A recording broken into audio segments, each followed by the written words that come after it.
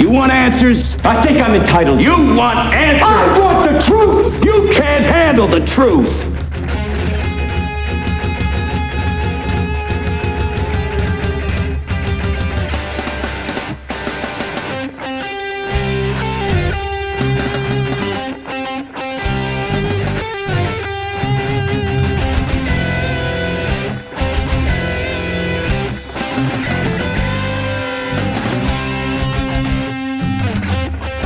And welcome once again to Truth, Justice, and the New England Pro Wrestling Way. As always, I am your host, Matt Spectro, a.k.a. Tarzan Taylor. And I'm going to introduce my fellow host. He's a former Chaotic Wrestling Tag Team Champion, a man who's been accused of deliberately going against the grain, Julian Starr. Hey, what's going on, everyone? I'm glad to be here. I didn't know this was an accusation against me. I don't deliberately go against the grain, sir. That's just I do tend to be a little negative, but those are genuine opinions.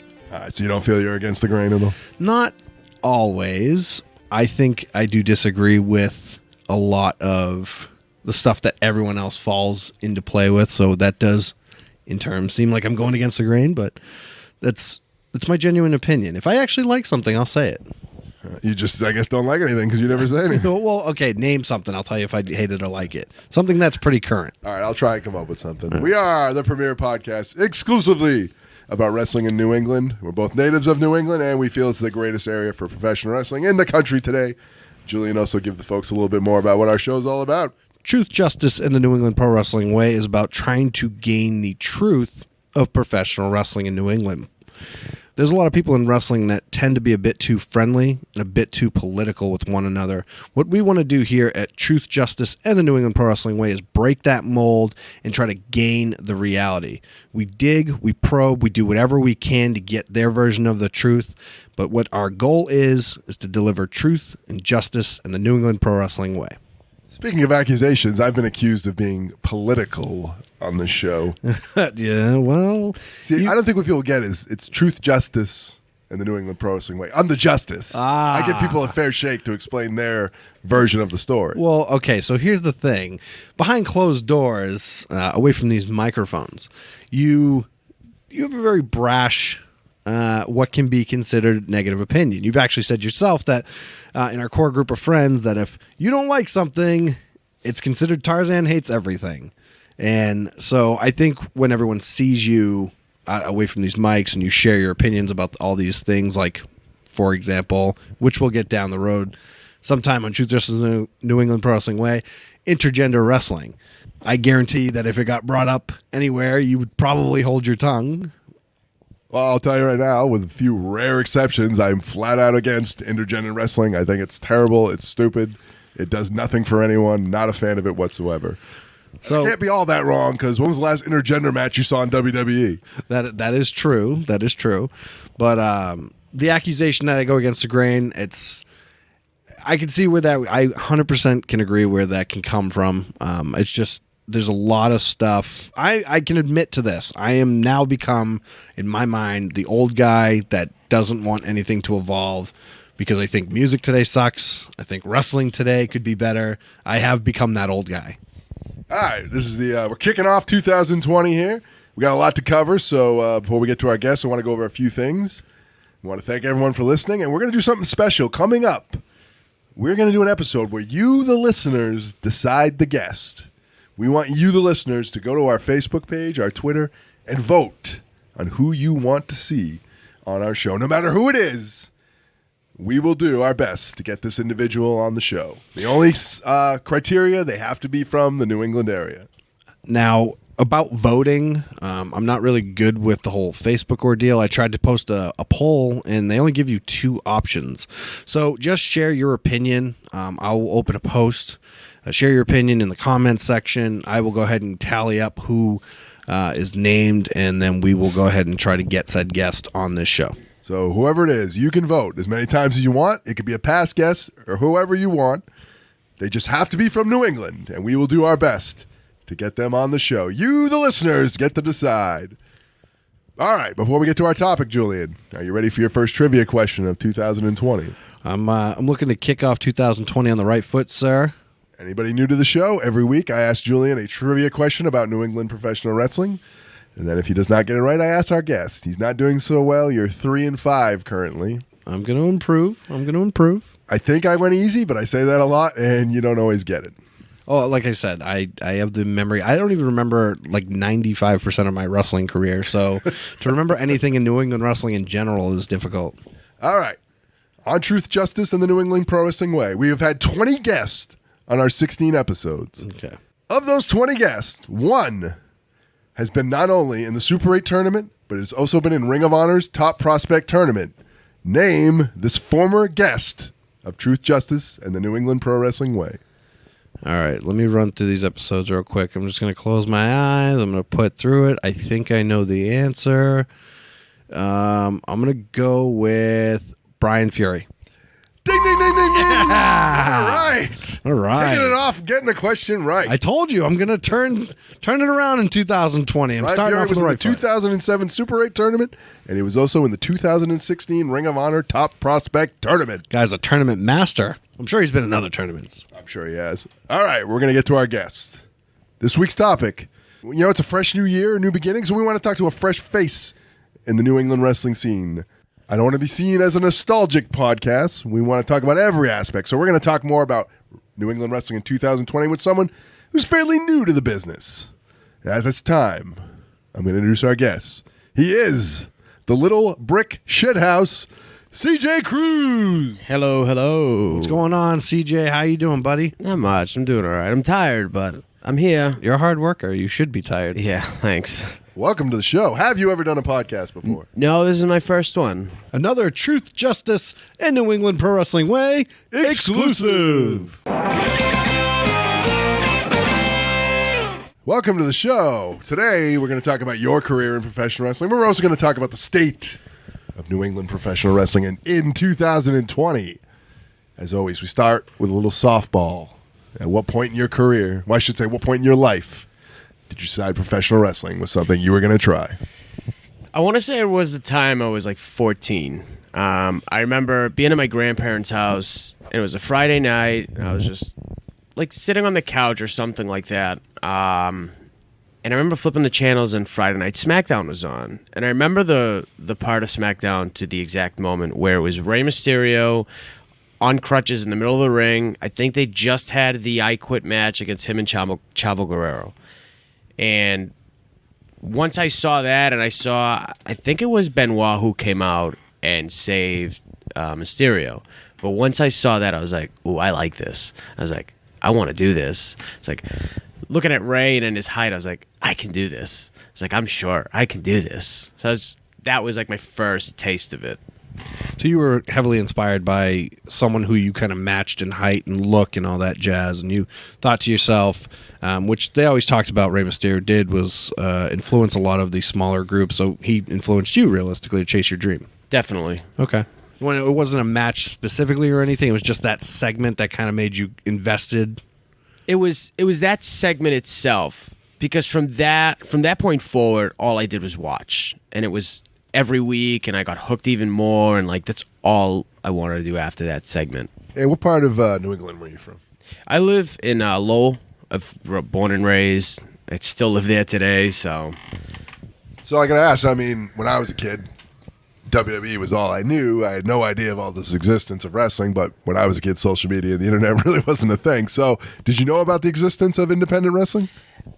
I learned about it very quickly after I started watching wrestling. My older brother's godmother used to go to a wrestling show in Lowell. So she invited me to go one time, and I was like, okay, sure, like I'll go. And it was Chaotic. And this was around the time where Chaotic did those birthday parties in the back. And I remember going to, I want to say Brian Logan was the world heavyweight champion at the time, the Chaotic champion. Fury was the New England champion, and they did the birthday party thing. And I remember being out back and meeting Brian Fury and like meeting Sasha Banks' husband. I forget his name. Makazi, yeah. I remember meeting Jamie, and then right after that, I went to every Chaotic show for about a year. Like I remember seeing you there, and like Chase and the Logans and Brian Malonis. I was just like, oh, this is so cool. Like, and I'm so close to the ring. Like, I could see the action, and I fell in love with it. And a lot of us, I mean, maybe not all of us, but a lot of us looked at indie wrestling and we were like, oh, these guys, I can do it if these guys can do it. Did you have that feeling with Chaotic Wrestling? I never thought of it like that. I still looked at the guys from Chaotic as big wrestlers. Like, I still always looked at it like, okay, they're not at WWE, but this is their WWE. Like, they'll get there. At some point in their career, they'll get there. I never looked at it as like, oh, if they can do it, so can I. And it was nothing like that. All right, at what point did you make the jump where you actually made the move to start your wrestling career? Originally, it was when I was 16 years old. My mom was very reluctant on it. She didn't want me to do it because she didn't want me to drive all this way, and she didn't want me to, like, get hurt and stuff like that. But eventually, I convinced her into letting me join a wrestling school, and I would look up different schools in the area, and the closest one that I saw was the New England Pro Wrestling Academy. So when I was like 16 years old. And at the time, just to interrupt, I apologize, but at the time that you did that, that was the Chaotic Training Center? I think it had just come out of the Chaotic Training Center, and it had just made the switch over to the New England Pro Wrestling Academy. And the only reason why I remember that was because, like, Sasha Banks was still here, and like those people were still here at the time. Okay. So you were saying that, how old were you when you... 16. Okay. And you were 16 years old. You first walked through the door. Now, because you're a minor, I believe you had to have your parents sign Yeah, up. my mom came with me and signed me up, and I did the lifetime membership because I always knew that I was always going to come back. If I could walk away and come back at some point, that I could, which is what I ended up doing. Mm-hmm. But yeah, so she came with me, she signed me up, she dropped me off, and she picked me up. So you're a 16-year-old boy walking into Chaotic Training Center. What was your first thought when you walked into the school and saw everything going on, saw the rings, and thought to yourself, all right, this is going to become my life? What were the feelings running through you? I was terrified. And boy, was it awakening for me, that first class. Because I had always thought, wrestling school, they're going to teach me how to wrestle. Boy, was I wrong when Fury's like, line it up. And I was like, I don't know what we're doing, but here we go. And he blew us the fuck up. Now, as you were training, I remember seeing you train. And I remember kind of being like blown away because you were fairly young, and little things like, you know, running ropes and, you know, the stuff that you see when new students start, it's pretty difficult to them, came pretty easy to you. So I was like, oh, wow, this young kid knows how to bump already, this young kid. So this stuff's kind of coming a little easy to him. Maybe he's going to, and that's always one of those telltale signs that makes you go, this person's going to pick up stuff quick and run with it. Is that the same feeling you had? I didn't have that feeling at all. Really? I thought I was, like, not good, like, I wasn't in shape. I felt like I was always getting yelled at for something. And, like, because of that, I kept throwing myself away from this, and I would come less and come less and come less. Eventually, I started coming 2 days a week, started coming one time a week, and then it was like once every other week because I just felt like I wasn't getting anywhere. And like me being younger and in high school, like I didn't feel it. I didn't feel like I feel about wrestling today. And speaking of that, did you ever know that when you first started training that you weren't very liked in this school and that you had a very, very bad attitude? I knew that. I actually found this out about a year ago about what people thought of me. Okay. And I'm not going to defend it because I knew what I was. I knew I was a dick. I knew I was very hard to talk to. I didn't take criticisms lightly. I remember one time Vegas said something to me, and I was just like, yep, okay, whatever you said, I don't care. And like I walked away from him. Now, is it at that time when you were training and you were starting out, like you said, you were kind of 16 years old or so, probably going into 17. So you're fairly young, not fully matured mentally as far as like, you know, your emotions and whatnot.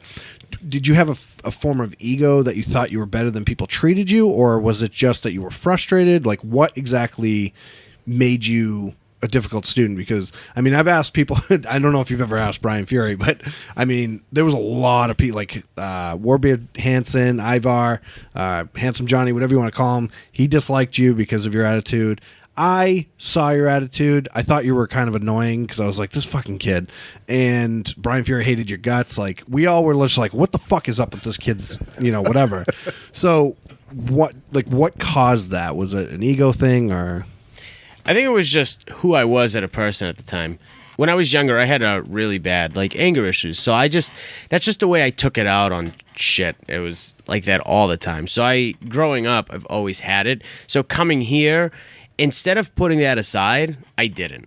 I was just like, yeah, fuck you. Who are you to me? Like, you're nobody. It's just the way I was. I didn't mean it intentionally. It's just how I grew up, and, push comes to shove, that's what ended up coming out. And anyone who's listened to the podcast and has been in the wrestling business knows that typically you have to earn your right to speak your mind or earn the privilege, per se, to kind of share your feelings outward. So when you see a new guy walk through the doors and start saying, fuck you, don't want to listen to you, yeah, whatever you say, you're like, yeah, this kid's disrespectful. I don't want him anywhere around me. So, well, who, if any, was in your class that has now, is on wrestling shows now that people would also know that are fans of New England wrestling?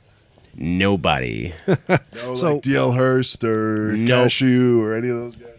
To play on that, who was actually in your original first classes when you started?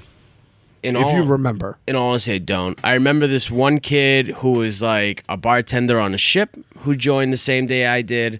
And then another kid who was like a big martial artist or something like that. I don't remember anybody. And still to this day, I've never run into them. I don't recognize them. They're not on shows. Nobody. And so how long did you train with the school before you decided to kind of turn around and walk away for a little while? I think it was about 8 months or so. Okay, so were you still 16, turned 17? I think I was still 16 at the time because I joined right when I turned 16. Okay. And so about 8 months in or so, you said to yourself, I'm not mentally into this. This isn't what I thought it was going to be, and turned away? Well, it wasn't more of that. It was me and some other kid in Vegas, and we were just kind of running through the spot of International. And stupid me, thinking that I knew everything and being so fast at everything, I go to tie up with this kid. And I blew my left knee out on a tie-up. And, yeah. And I blew it out, and I'm leaning on the kid, and Vegas is like, all right, take the head. And I'm like, can't move my knee. Like, I don't know if it was like a hyperextended or if I buckled it or whatever it was, but it was the worst pain in the world. I couldn't walk for like 15 minutes. Fury walks up to me, and he goes, what did you do? I was like, I tied up, and I blew my knee out. And he goes, I've never seen that before, and walked away. And from that, it wasn't that exact class, but like I came to like a class or two after that, and I realized that my knee wasn't getting any better, and I was like, no, I'm done for now. I was like, I have a lifetime membership. Like, let me leave, let me heal up. And then I took like 5 years off. Now, at the time you took those 5 years off, did you ever think to yourself like, you know what, I had my fun, I trained, I kind of like being home, I kind of like not having the responsibility of having to go train, get in shape and all that jazz, or did you always have it in the back of your mind like, I'm going to go back at some point?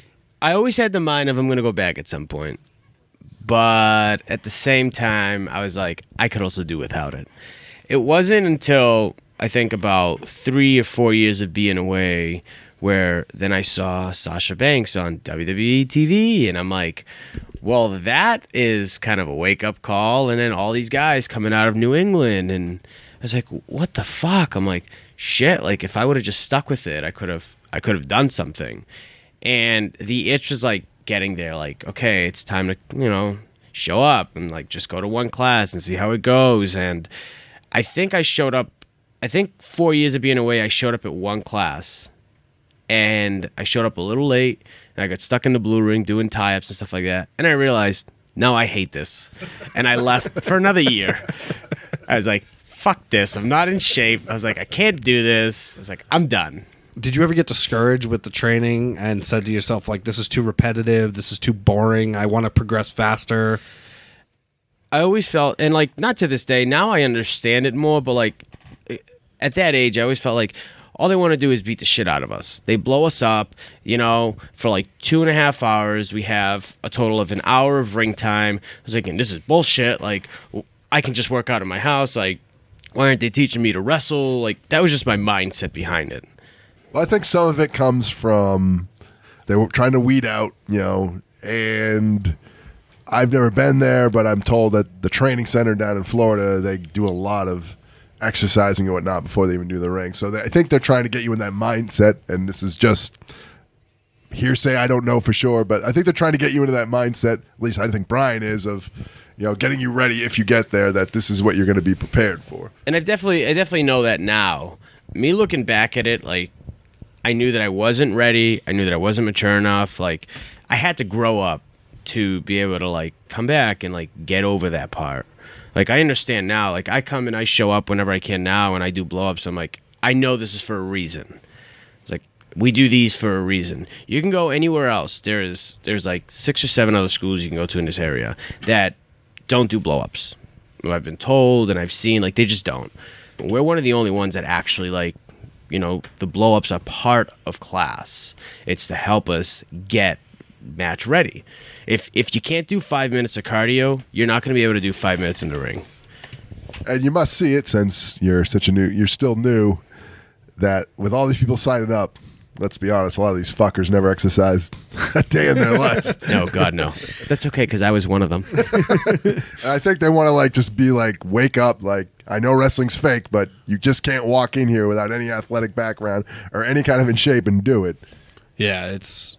And then usually after that, it's like, maybe I'll be a manager, or I want to be a referee. Well, the referee's the one I hear a lot. Or I'll just be a referee. You don't realize how hard it is when you start. I mean, I remember when I did Steve Bradley's fantasy camp years ago, and I remember being 14 years old, and I had like a small little match with, was it... Tough Gagnon? No, John Poe? Yes, John Poe. I had a match with John Poe at the school because it was one of the fantasy camp things, and I just remember, like, 2 minutes in, huffing and puffing, and just the whole time in there, I was like, oh my God, I'm going to die. And you don't realize, like, the wind it takes to be a professional wrestler. So, with all these ups and downs, you're training, leaving, were you, like, confiding in any of those students that were going through the same thing you felt you were going through? No, absolutely not. I didn't talk to anybody here. Absolutely not. I didn't start talking to people around here until I was consistently training for about 4 months straight. All right. When did you come back, and that led to where we are today? So I think it was the beginning of the end of 2017 at some point. I remember peeking my head in, and it was like 7:30, so I was like an hour late because I didn't want to do blow-ups. I'm like, fuck that. I'm not going in there to do that. I was like, I'm a fat, overweight kid. I'm not doing that. Let's add that I used to weigh like 250 pounds. So Jesus, really? Yeah, he was a pretty thick kid. So I remember coming in, and I was in the ring with Julian, and Julian goes, so you gonna try this again? I was like, we'll see. Like, I'm gonna try. And I remember Julian was like, where they were running the ropes, teaching how to hit the ropes, and I started hitting the ropes. And Julian's having a full conversation with the other students, and I think I was running the ropes for like 2.5 minutes straight, and he just was like, all right, you can stop now. And I never remember being so blown up in my life that I had to get out of the ring and go to the bathroom because I thought I was going to puke. And I've been friends with Brian for a while, and we've had guests on. We've heard there's been different versions of him over the year. When you came back, was he like, oh, you again? Or was he like encouraging? It was more of like, yeah, go in that ring. That was it. It wasn't like, oh, hey, you're back. No. The only person I think, the only two people that opened me with open arms back was Julian in Vegas. Fury was just kind of like, yeah, go over there. Yeah, it's because a lot of times, like Brian says it all the time, the school's a revolving door, and you see so many people come and go. So when we saw you leave and come back several times, as you mentioned, when you see you again, he's thinking, all right, we'll see how long this lasts this time. So at that point, it just becomes like, it's the same thing, different person. Let's just add, I hated that I did that. Like, looking back now, I do wish that I had stuck with it 4 or 5 years ago and had continued, because I definitely do feel like I would have been in a different spot.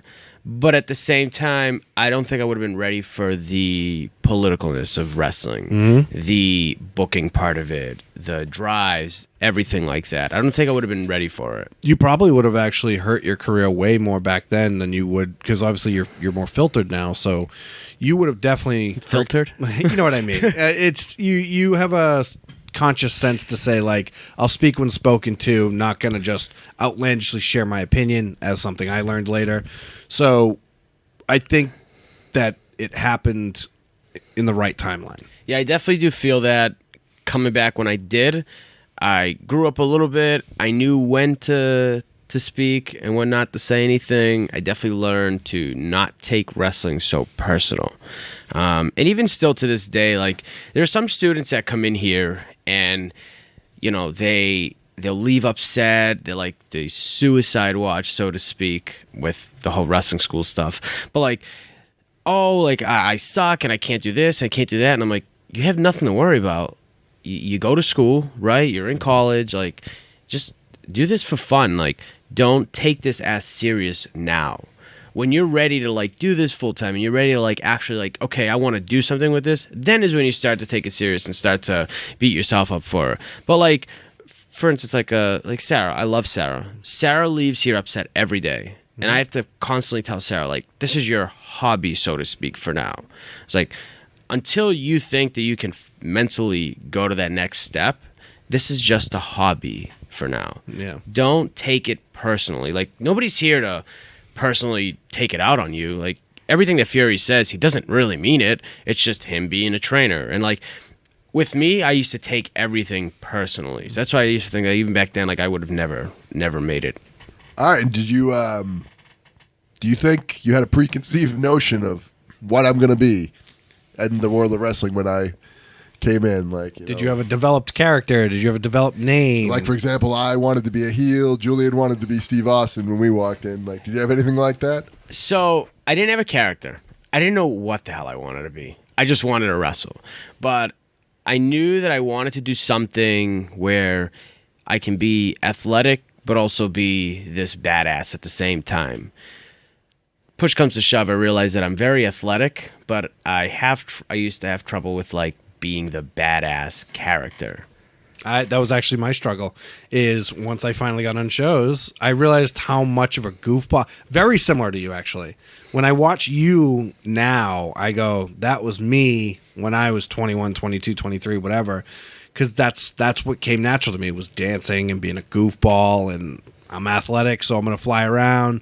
So it's funny watching you, because I wanted to go in being Steve Austin. Once I got to be on my own, I was like, that doesn't come natural to me. So yeah.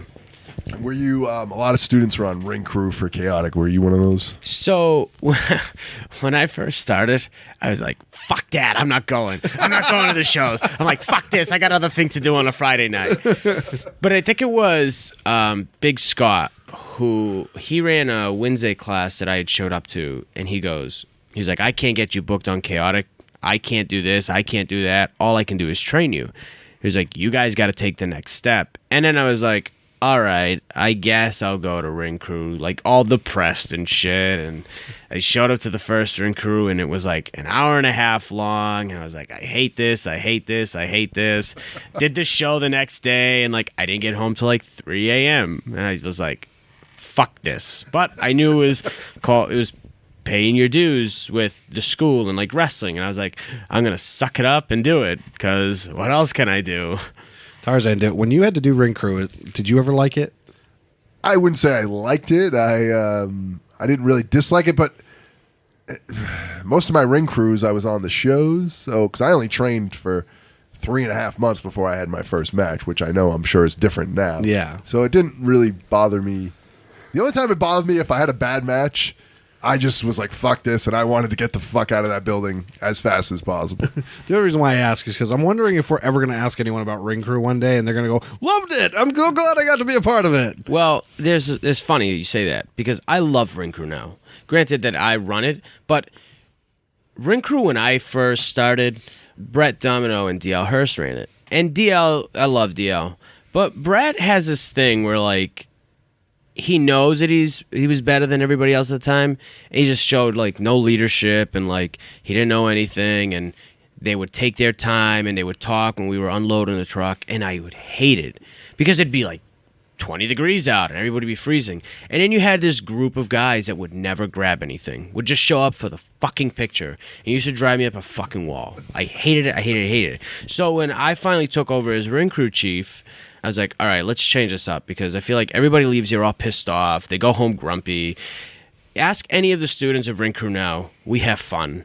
A couple weeks ago, we were singing to the Backstreet Boys, and like I posted it on Facebook, and that's how much fun we have. Ring Crew has gone from an hour and a half to about 15 minutes. We spend more time talking at the end as a group and laughing than we do actually unloading the truck. It gets to a point where like it just does itself. I don't have to say anything. All the students show up. We're all laughing. We're having a good time. And then we go out for breakfast at the end of the night. That's refreshing to hear because that's actually something that we always thought was gone. I remember after shows and all that stuff, there was always what we called treats. We'd always go out to Denny's or somewhere else to eat. Ring Crew would do their own separate thing.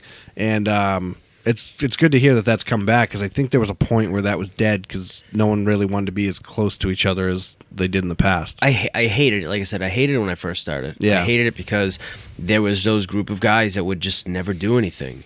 And it had gone to the point where like nobody wanted to do Ring Crew. And I remember doing one show and it was like 4 of us. And I was so mad because there was 4 of us unloading the truck and loading the truck. And there was another 3 or 4 of them that were just standing there. And I was so mad. And like, I was like, you know, the posts, right? That, you know, usually 2 people carry the post. Yeah. Well, me being a grump that I am, I would take those posts by myself and throw them. And like, I would throw them because I was just that mad that they would do that. And it would make noise. I'd just be like, just leave me the fuck alone. Like, I hate this shit. Like, I just want to fucking go home. But it was the worst. So you say you're talking. Were you guys like analyzing the show, breaking it down, being like, "Oh man, that was cool," and I want to do this now? Or are you blah, just blah. shitting on the Are show? we just shitting on the show, or were you not even talking about it? No, like we would just like talk about the show and like talk how good it was, and then like we would just talk about life in general. Like a lot of us here have become so close over the past year. Like we know about each other's personal life. A lot of us hang out outside of wrestling, like outside of the school, which I felt like hasn't happened in years. Like there's a good like 7 or 8 of us that hang out after the shows or like on the weekends when we're not doing anything.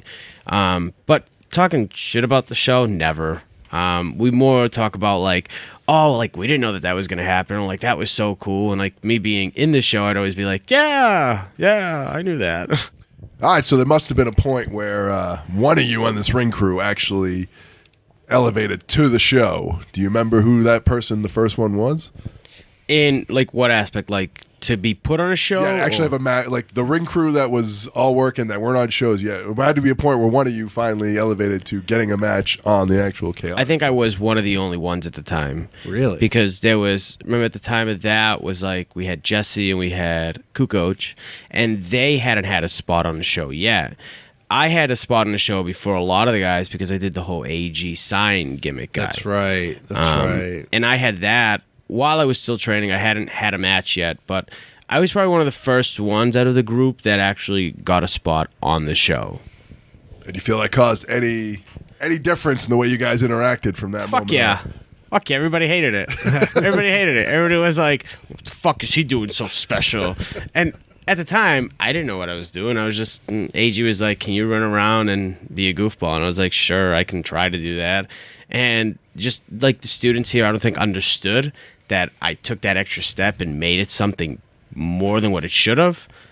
And they didn't like it. They hated it. It's one of those things where a lot of students always have this mindset of like, why do I do this Ring Crew? Why do I work so hard? Why do I do this? Why do I do that? There is a giant mix of stuff that goes into people like you who get those opportunities, which is 1, you took the initiative to be a leader. 2, we ask you to do something, you do it without a hassle. 3, your in-ring work not only is passable, but it's improving. So you're showing coachability, you're showing leadership, you're showing hard work. All of these things shine, and people go, I can put this person in that spot. For someone like Jesse to be upset, his footwork or his bumps or something wasn't clean enough for us to put him there yet. His leadership skills weren't there yet. Kukoc, at the time, was too lazy. We told him all the time, you're too lazy. And so stuff like that, when you have to measure all of your people, you look at you and you go, CJ is probably the best one to go with. And like it wasn't more like, obviously at the time is a different time then than it is now. Like today, is completely different. Like, I love those guys. Like, they're really good at what they do. I mean, Jesse, he took a step away, which is totally fine. But Kukoc just definitely took like that extra initiative and like gets himself out there more. But like at the time, like it was just tension all the time. I wouldn't say like me and Kukoc got along, like we were the best of friends, but we definitely, I don't feel like got along. We worked each other a couple times, and you can tell that we were off just by the way we were. And me and Jesse always had a good relationship, but there were some points you can tell, like he's just like, "Oh, well, you're on that show, and I'm not." That's pretty natural. I had the same feeling towards. I loved Biff Busick, Oni Larkin. I loved Ilya. But anytime any of those guys got a spot over me, I felt the same way. I was boo boo face, and I felt like I was underappreciated. And it's just because in your mind you're putting in just as much work as the fellow student, and you're thinking to yourself, why are they looking at him as opposed to me?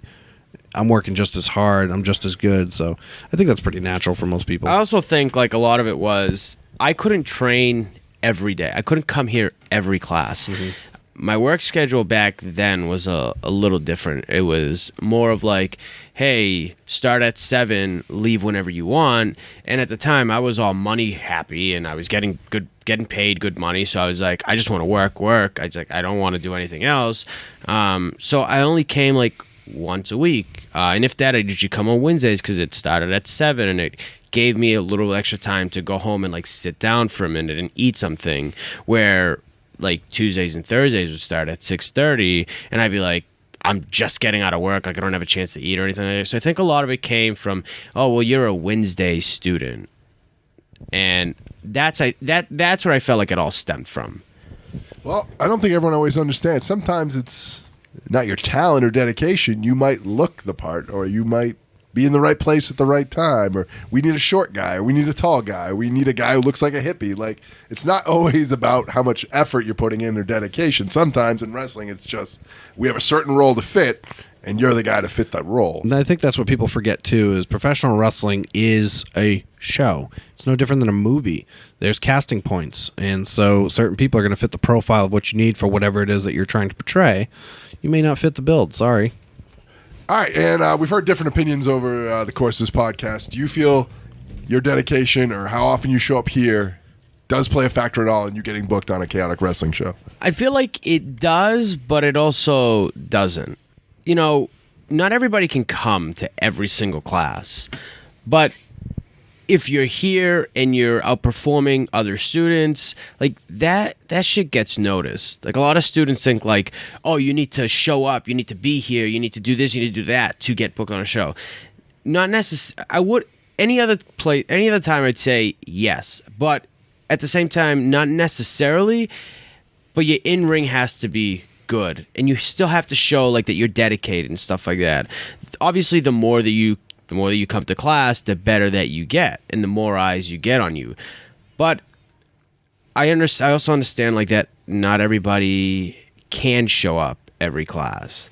So it's like a yes or no for me, because I only showed up for Wednesdays for the longest time. And that's really how I had to like learn how to wrestle. And like with Chase and Big Scott, it was like thrown into the fire. Like I didn't know what an international was, and I had to like learn it right there and then to get to the next like spot of the night or something like that. So it's like a yes and no kind of thing. All right, so you finally have your first match, and if my research is correct, July 20th, 2018, Randolph, Massachusetts. You wrestled for New England All-Stars against the Hoods with the East Coast player as your tag team partner.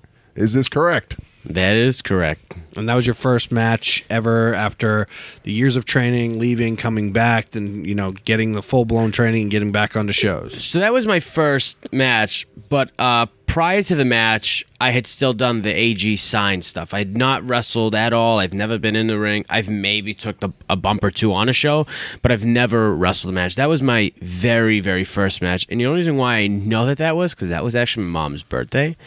And I had to ask her permission to take that booking because I didn't want her to be like, oh, you're going to go wrestle on my birthday. Like I had to like walk up to her and say, "Hey, Ma, love you, but there's a show on this date. Are you okay if I go?" And she's like, "Sure."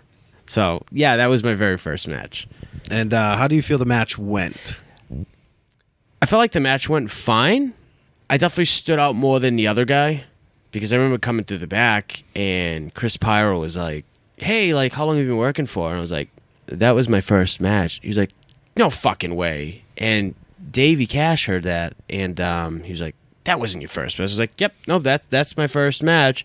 And then like Teddy Goods came up to me and was like, "Hey kid, how long you been working?" I was like, "Nope, that's my first match."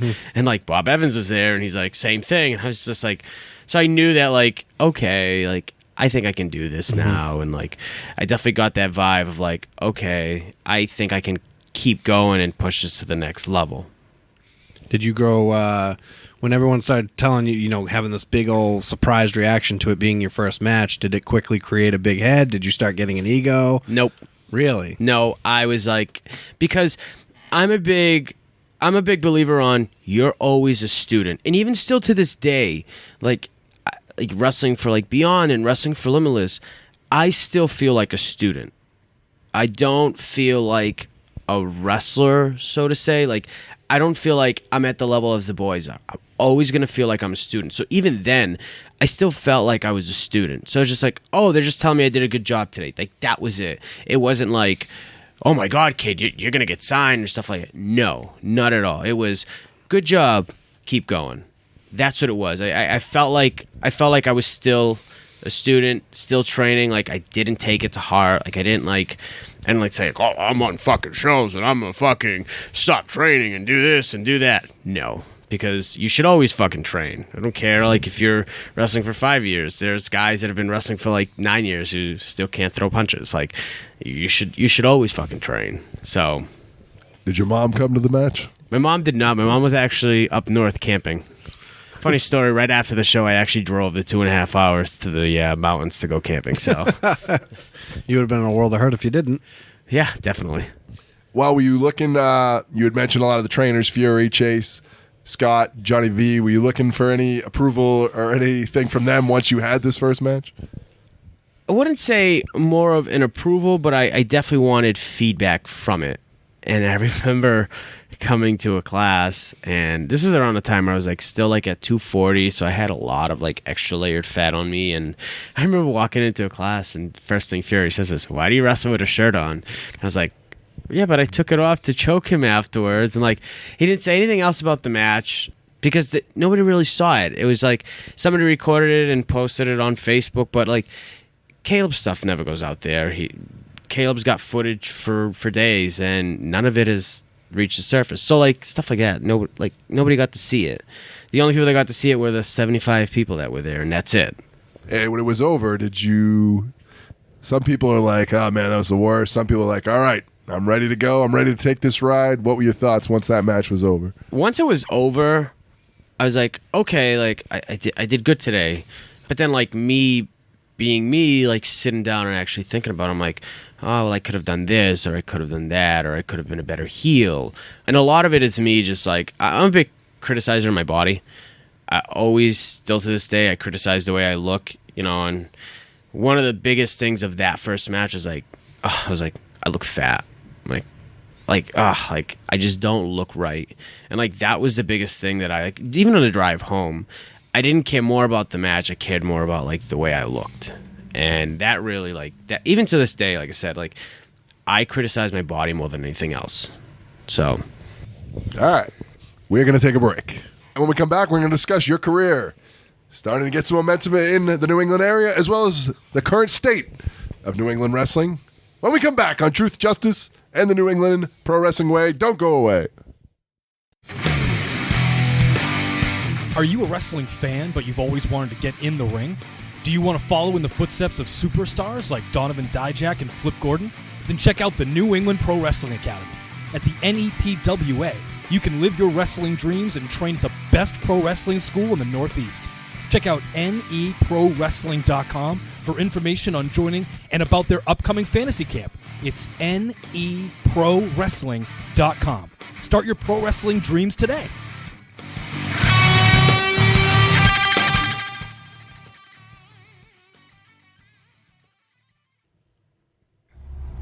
When the truth offends, we lie and lie until we can no longer remember it is even there, but it is still there. Every lie we tell incurs a debt to the truth. Sooner or later, that debt is paid.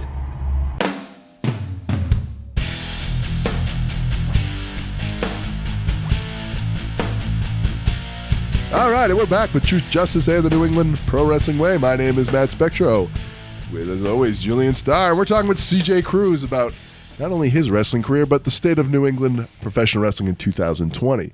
All right, so you've had your first match, you've had your training. Now we're off to the races. It's time to go out there and get booked.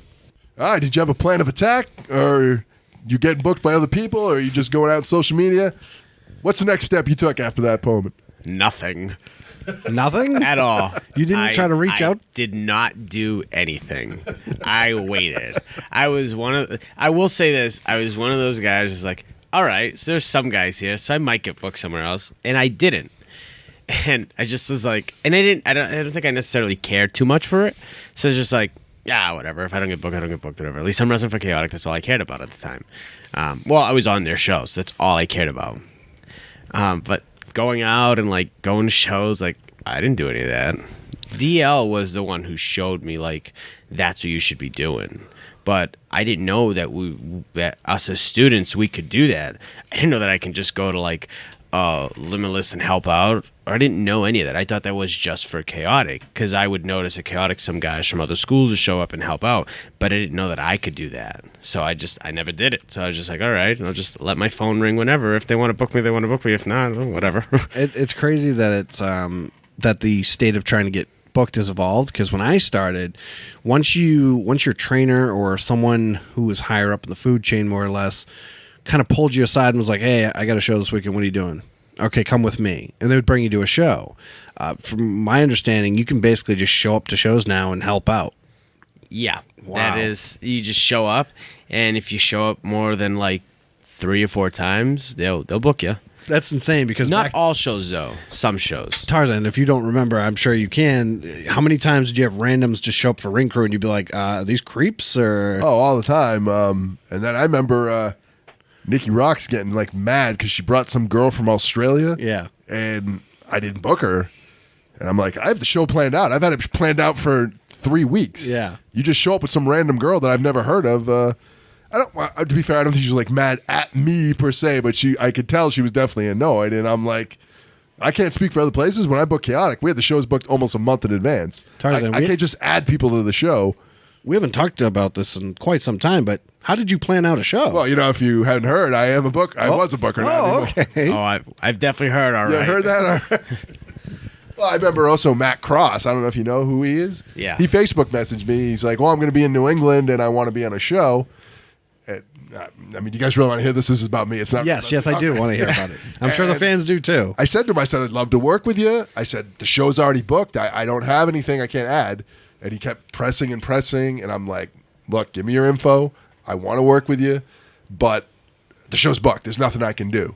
And he says to me, well, I mean, this might be a once-in-a-lifetime opportunity. I'm not going to be in New England that often. And I'm like, okay. Like, once in a lifetime, like, I mean, give me a goddamn break. Hey, you never know when you're going to get your hands on him again. I got nothing against the guy, but come on. I mean, and I don't know. I mean, maybe wrestling isn't like that anymore. Maybe people can just walk in the door and get booked, but I mean, you know better than I do. Yeah, most of the times, like, you just show up. I know, like, for instance, like, Let's Wrestle up in Orno. A couple of our students just show up to help out. They just hop in the car with me and go. And they actually got booked for a show in a couple of days from now. They got booked in a Rumble. And just from showing up and helping out. Same thing with Ricky Archer. He did the same thing, and he got booked on one of their shows. So, yeah, certain shows, if you show up and help, like maybe once or twice, they will book you. Some shows are a little harder. Like, obviously, like a Limitless show is not, those aren't easy to get booked on. Like, you have to start at Let's Wrestle. Like, shows like Beyond, like, you can't just, like, it's not just show up and help out and you'll get a spot. Like, you have to at least be established. when this happens, when you like show up to help out, like say Kason, a student here at the New England Pro Wrestling Academy, or anyone such as yourself, you show up and you go to help out with ring crew and you try to get on a show. Do you have someone vouching for you? Because when I started, it was like Brian would bring me to a show and it was, hey, this is Julie Moreno. He can work, so if you need someone, this is your guy. Do you guys have that? We do to a certain extent. Like if they hop in the car with me, I always introduce them as, hey, they're students from Furies. They got the okay to do like battle royals and rumbles and stuff like that. So if you need them, or if you need a security spot, like they're there to help out, whatever. They're just there to watch a show and help out, and they want the opportunity to be there. So for the most part, you're still vouching for these people. Basically, you're the segue for that, because the way it was painted in my head was like literally someone like yourself, a student shows up and you're just literally turning a turnbuckle on and they're like, that guy, I want him. Like, you know what I mean? Like how would they have known that you can work? So there is still someone segueing the information. Yeah. So like with Randy, I always message Randy if students can come up and help. And then when I get there, I'm like, hey, this is so-and-so. They train at the school. They've had a couple matches. So if you ever need them for like a bump or two, or like a ref spot, or like a security spot, they're good at stuff like that. That's how like those people got booked on that show, was because of that. And this is Randy Carver Jr. Yes. of Limitless? Yeah, from Limitless. Did Brian Fury give you any advice or help or anything about how to get booked and get on shows? Just get out there. Show up, help, same as everybody else. Nothing like crazy. Just show up. Any shows. Any advice about messaging bookers on Facebook or anything? If you're gonna message a booker, just tell them you're a student. You want to help out. If it's okay if you show up a little early to help out, break down. That's it. You don't need to go into details about, I've had so-and-so matches and I've done this and I've done that. Don't fucking do that. Just tell them you're going to help. Let it pan out. You're not going to get booked the first time you show up. Show up a couple of times. Enjoy being a fan of the show and helping out before you're on it. Don't be that guy that's like, I've wrestled for this company and I've wrestled for that and I've done this and I've done that. Don't fucking do that, because bookers have fucking 1,001 things that they have going on. Do you think they give a shit about a student who's wrestled at XWA like 7 or 8 times? No, they don't. I don't know. Let's ask Tarzan Taylor. Well, my pet peeve, I get a lot of messages. Oh, I wrestled the Blue Meanie. I wrestled Sergeant Slaughter. And I wanted to be like, who gives a shit? Like, what does that mean to me? It doesn't do anything. Like, they don't care. Do you, like, in all honesty, like, do people really think like, oh my God, he's wrestled this person? Like, I'm gonna book him. No, fuck you. Like, the quote I heard at class once, fairly recently, was, don't message promoters asking them for a booking because it comes across as quote unquote thirsty. Is that changed? Because that was a thing when I started. You always were like, hey, if you have any spots on shows, I'm ready to work, and I was trained by this guy, and if you need any kind of matches or anything, I'll send you one. Anybody from here that I've talked to as like, for instance, Kason. If Kason would ask me, how do I get to this show? Just message the booker, say, hey, like, can I show up and help out? And that's it. That's all you got to do.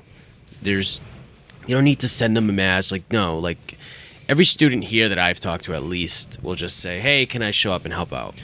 So it sounds like the booking process nowadays has turned into basically trust of word of mouth. Yes. Okay. Trust the word of mouth, and then, like, I know with, like with Let's Wrestle, Randy would be like, hey, is this guy okay, and stuff like that. And I'm always like, oh, yeah. It's like the last show that I did for him, he goes, I had asked him if I could bring up a couple guys for the next show, and he's like, if they're with you and you give me their word, absolutely, I'm fine with it.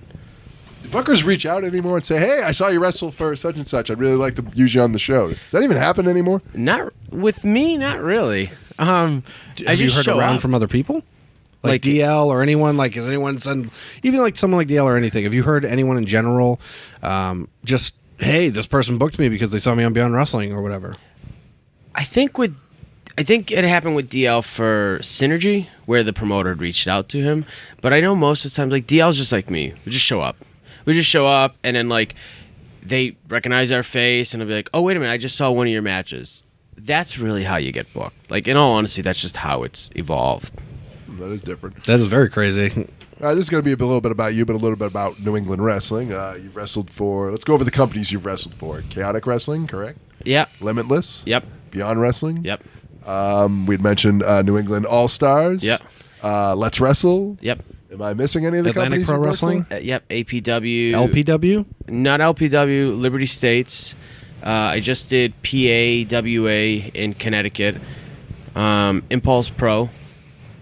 NAWA, which is Larry Huntley's show. And I think that's it. Now, are any of these companies seen like as the place to get to, or better than the others? Or are they all kind of blend together? I only have, out of all those companies, there is 4 on my agenda, like for me. Obviously, Beyond's the top, Limitless being the second, Chaotic the third, Let's Wrestle the fourth. Because Let's Wrestle is your gateway to Limitless. But, for instance, Beyond and Limitless are the shows that you want to show you can go. You know, you can go and you can connect those fans. Where a show like, to me, now Chaotic and Let's Wrestle is like, let's try this here. Let's see if this gets over here. Like, they're more like the trial and error kind of thing. Where then like all the other shows is just me going out there and having fun and connecting with the crowd. Back in the day, when you started watching independent wrestling, you watched Chaotic Wrestling. At that time, Chaotic Wrestling was the place to be, right? Yes. And now you're saying it's more of like this is going to be my trial ground for when I go to Limitless and Beyond Wrestling to see if it works there. Where I'm at, that's how I'm looking at it now. Like I want to perfection my craft at Chaotic. Okay. I want to do everything that I can and make it look as crisp, as clean as I can for Chaotic. Because when I get to the bigger stage, everything looks good. But for like the students here, Chaotic should be their number one. Now, the state of wrestling has changed heavily, and you know what the Chaotic crowds are like and what they used to be. Would you say that all the crowds are basically the same nowadays, or does every show have its own type of crowd? Every show has their own. Because an APW crowd doesn't connect to me. It's very hard for me to connect to them. Chaotic crowd connects very well, where Limitless and Beyond blows up. And then, like, for Let's Wrestle, another one, it's very hard for me to connect with them because they're the I don't want to just see claps. I want to see your face kind of crowd, if that makes sense. You know, they don't want to see me go, hey, and clap my hands. They want to see my face. They want me to get really close and personal with them. I was just going to ask you that. What do you think the differences are between someone like a crowd at Beyond Wrestling? Like, what do they want to see? What does a crowd at Limitless want to see? What does a crowd at Chaotic Wrestling want to see? Can you kind of break that down for us? Chaotic wants character. Okay. Chaotic definitely wants a character, and they want storyline-based driven matches. They don't want to see 101 things done at the same time. Where a crowd like Limitless and Beyond, those are crowds, yeah, they want to see who you are as a character, but they want to know that you can go. They want you to, like, it's hard-hitting, it's fast-paced, it's go, go, go, go. Yes and no on like do the 101 things, but if the crowd can get 101 things, they're happy. All right, well, on that subject, let's talk the word indy-rific. Like, you hear that a lot tossed around. Yeah. You're in wrestling right now in 2020. Do you think that is really a thing? And what I would think of when someone says indy-rific, I think like super spotty, not as much psychology, just more action than more story. Do you think that's really a thing now? Indy-rific, yeah, I think it still is, but it plays out differently for everybody, and every wrestler has a different way of doing it, where some guys break away from the psychology, but they still can tell that story, but they just break away from it.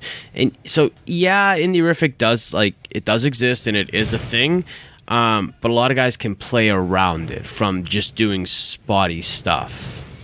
And just to bounce away from the New England area for just a little bit, there's companies like AEW now who differentiate their work ethic to a WWE style. If you put that into the New England pro wrestling scene, which would you say is more beneficial? An AEW type of match structure or a WWE style match structure? What do you think would get you more over and more further up the ladder?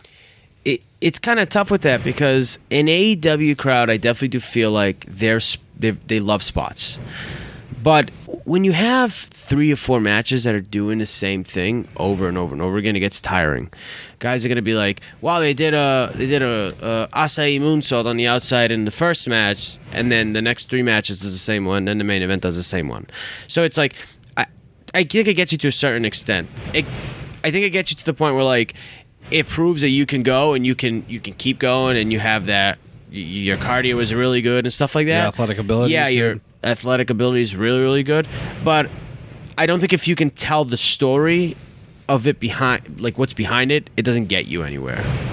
And what would you say right now is the number one promotion in the New England area that you love or want to work for? It's Beyond. Yeah. Beyond 110. Beyond and Limitless. They're like the two.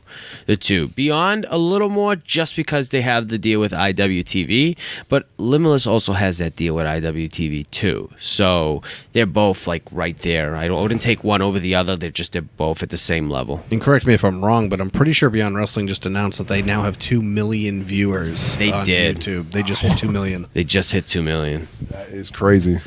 Yeah.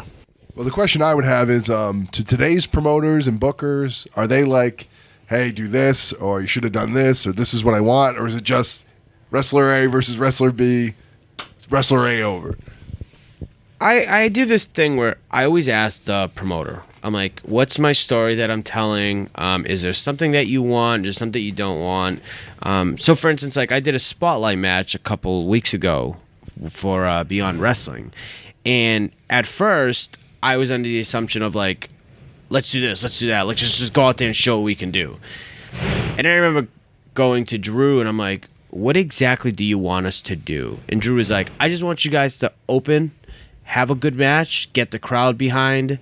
And then Ken Doan was there, and Ken Doan was kind of like, this is what Drew's looking for for a spotlight match. And then I was like, okay, I get what our job is. And like with Randy would do the same thing. Randy is like, I want this. If you can try to like tell this story, let's tell that story. So they point us in the right direction, if that makes sense to like what I'm trying to get at. I understand what you're saying. I think what he's trying to... I get what you're saying. So they do kind of give you a sense of direction, but there's no, like... You wouldn't say Limitless and Beyond Wrestling have this gigantic, story-driven, long-term plan to be like, this is the payoff and this is what I want out of it. It's like yes or no. With Beyond, yes. Beyond is very... They're trying to like do the whole storyline-driven stuff. And like watching Season 1 and Season 2, you can tell the big difference on like what was story and what wasn't. Like Season 2 had a lot more storylines going into it, where Limitless does... Not every match, though, and I think a lot of people know that by now, where a lot of matches just like 2 guys put together and just have a showcase and show what you can do. But there is definitely where Limitless, like, there are stories that they're trying to tell. Like, with, like, Mainstay Posse and stuff like that. Like, there's a story there that they're trying to get at. What do you feel like in today's wrestling, as you're now on the scene, you're kind of breaking out? What is something that, in your mind, you feel is missing in today's wrestling? In today, I feel like not many guys can like connect with the crowd, if that makes sense. Like I feel like a lot of guys just want to show what they can do rather than take that extra second and react to the crowd. I feel like a lot of I actually witnessed this a couple of weeks ago at a show where these 2 guys went out there and they had a great match, but the crowd just wasn't into it. I definitely felt like they lacked the like reaction with the crowd. I feel like that's a little bit lost. Not with everybody though. A lot of guys still stick to it, but there are a couple guys that like you can tell like just want to go out there and just do what they do, and it's totally fine. There's nothing wrong with it, but I definitely feel like that has taken a step back. And maybe it's just because like where I train from, this is how we're trained, is to connect with the crowd and have that one-on-one with them. And I don't know if other schools just don't. I'm not shitting on anybody. It's just I feel like that part of it is a little lost. It's funny you say that because a couple years ago, or maybe a year or so ago, Anthony Green, former guest of Truth, Justice, and the New England Pro Wrestling Way, had asked me feedback on a match at Beyond Wrestling he had with Christian Casanova, and my number one feedback was, why did you never pay attention to the crowd once? Not once did you or Christian acknowledge the crowd at all. His response to that was, I just wanted to make sure that Christian and I could go out there and have a banger, which kind of plays into what you're saying. So you feel that today's wrestling, the crowd connection is missing. To play on that, what would you say to people who would dispute that with, well, I connect with the crowd because all my matches get a "this is awesome" chant? I don't know. Like, it's just, like I said, it's big on like where I came from being here. Like, that's just the way I see it. I'm a nobody in wrestling. My opinion doesn't matter. It's just the way how I see it.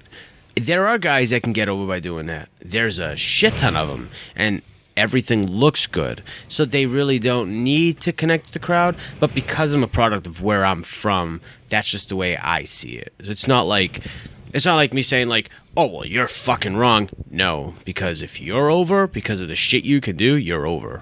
Like, it's just the way it is. Do you think today's wrestlers are more concerned with how this is going to look when it goes on YouTube, or how this is going to look when it goes on Facebook, more than they are than the people that bought a ticket to see the show? Or right if they can get a GIF out of it or anything like that? I think some, but not all.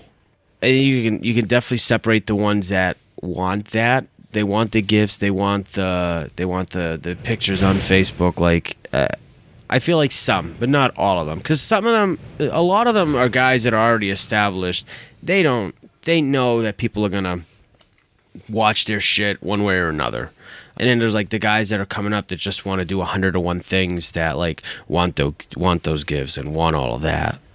Now, to go back to what you said, but being a product of where you trained, do you have a difficulty catering to the new style of wrestling that crowds at Beyond Wrestling and Limitless want to see? Because we're not trained to do a suicide dive and then jump back in the ring and do another house show dive and then jump to the top rope, do a shooting star press, roll them back into the ring, jump to the top rope, do a frog splash, go for a cover. We're not taught to do that stuff. We're taught to make things care and let me say it again. We're taught to, have things register with the crowd and make them care about what we're doing and have it make sense before we before we move on to the next thing. Do you have trouble adapting to the new style? At first I did, and then I kind of got the hang of it a little bit. Where I was like, I know what they want, I know what I want, so I kind of mix the two together.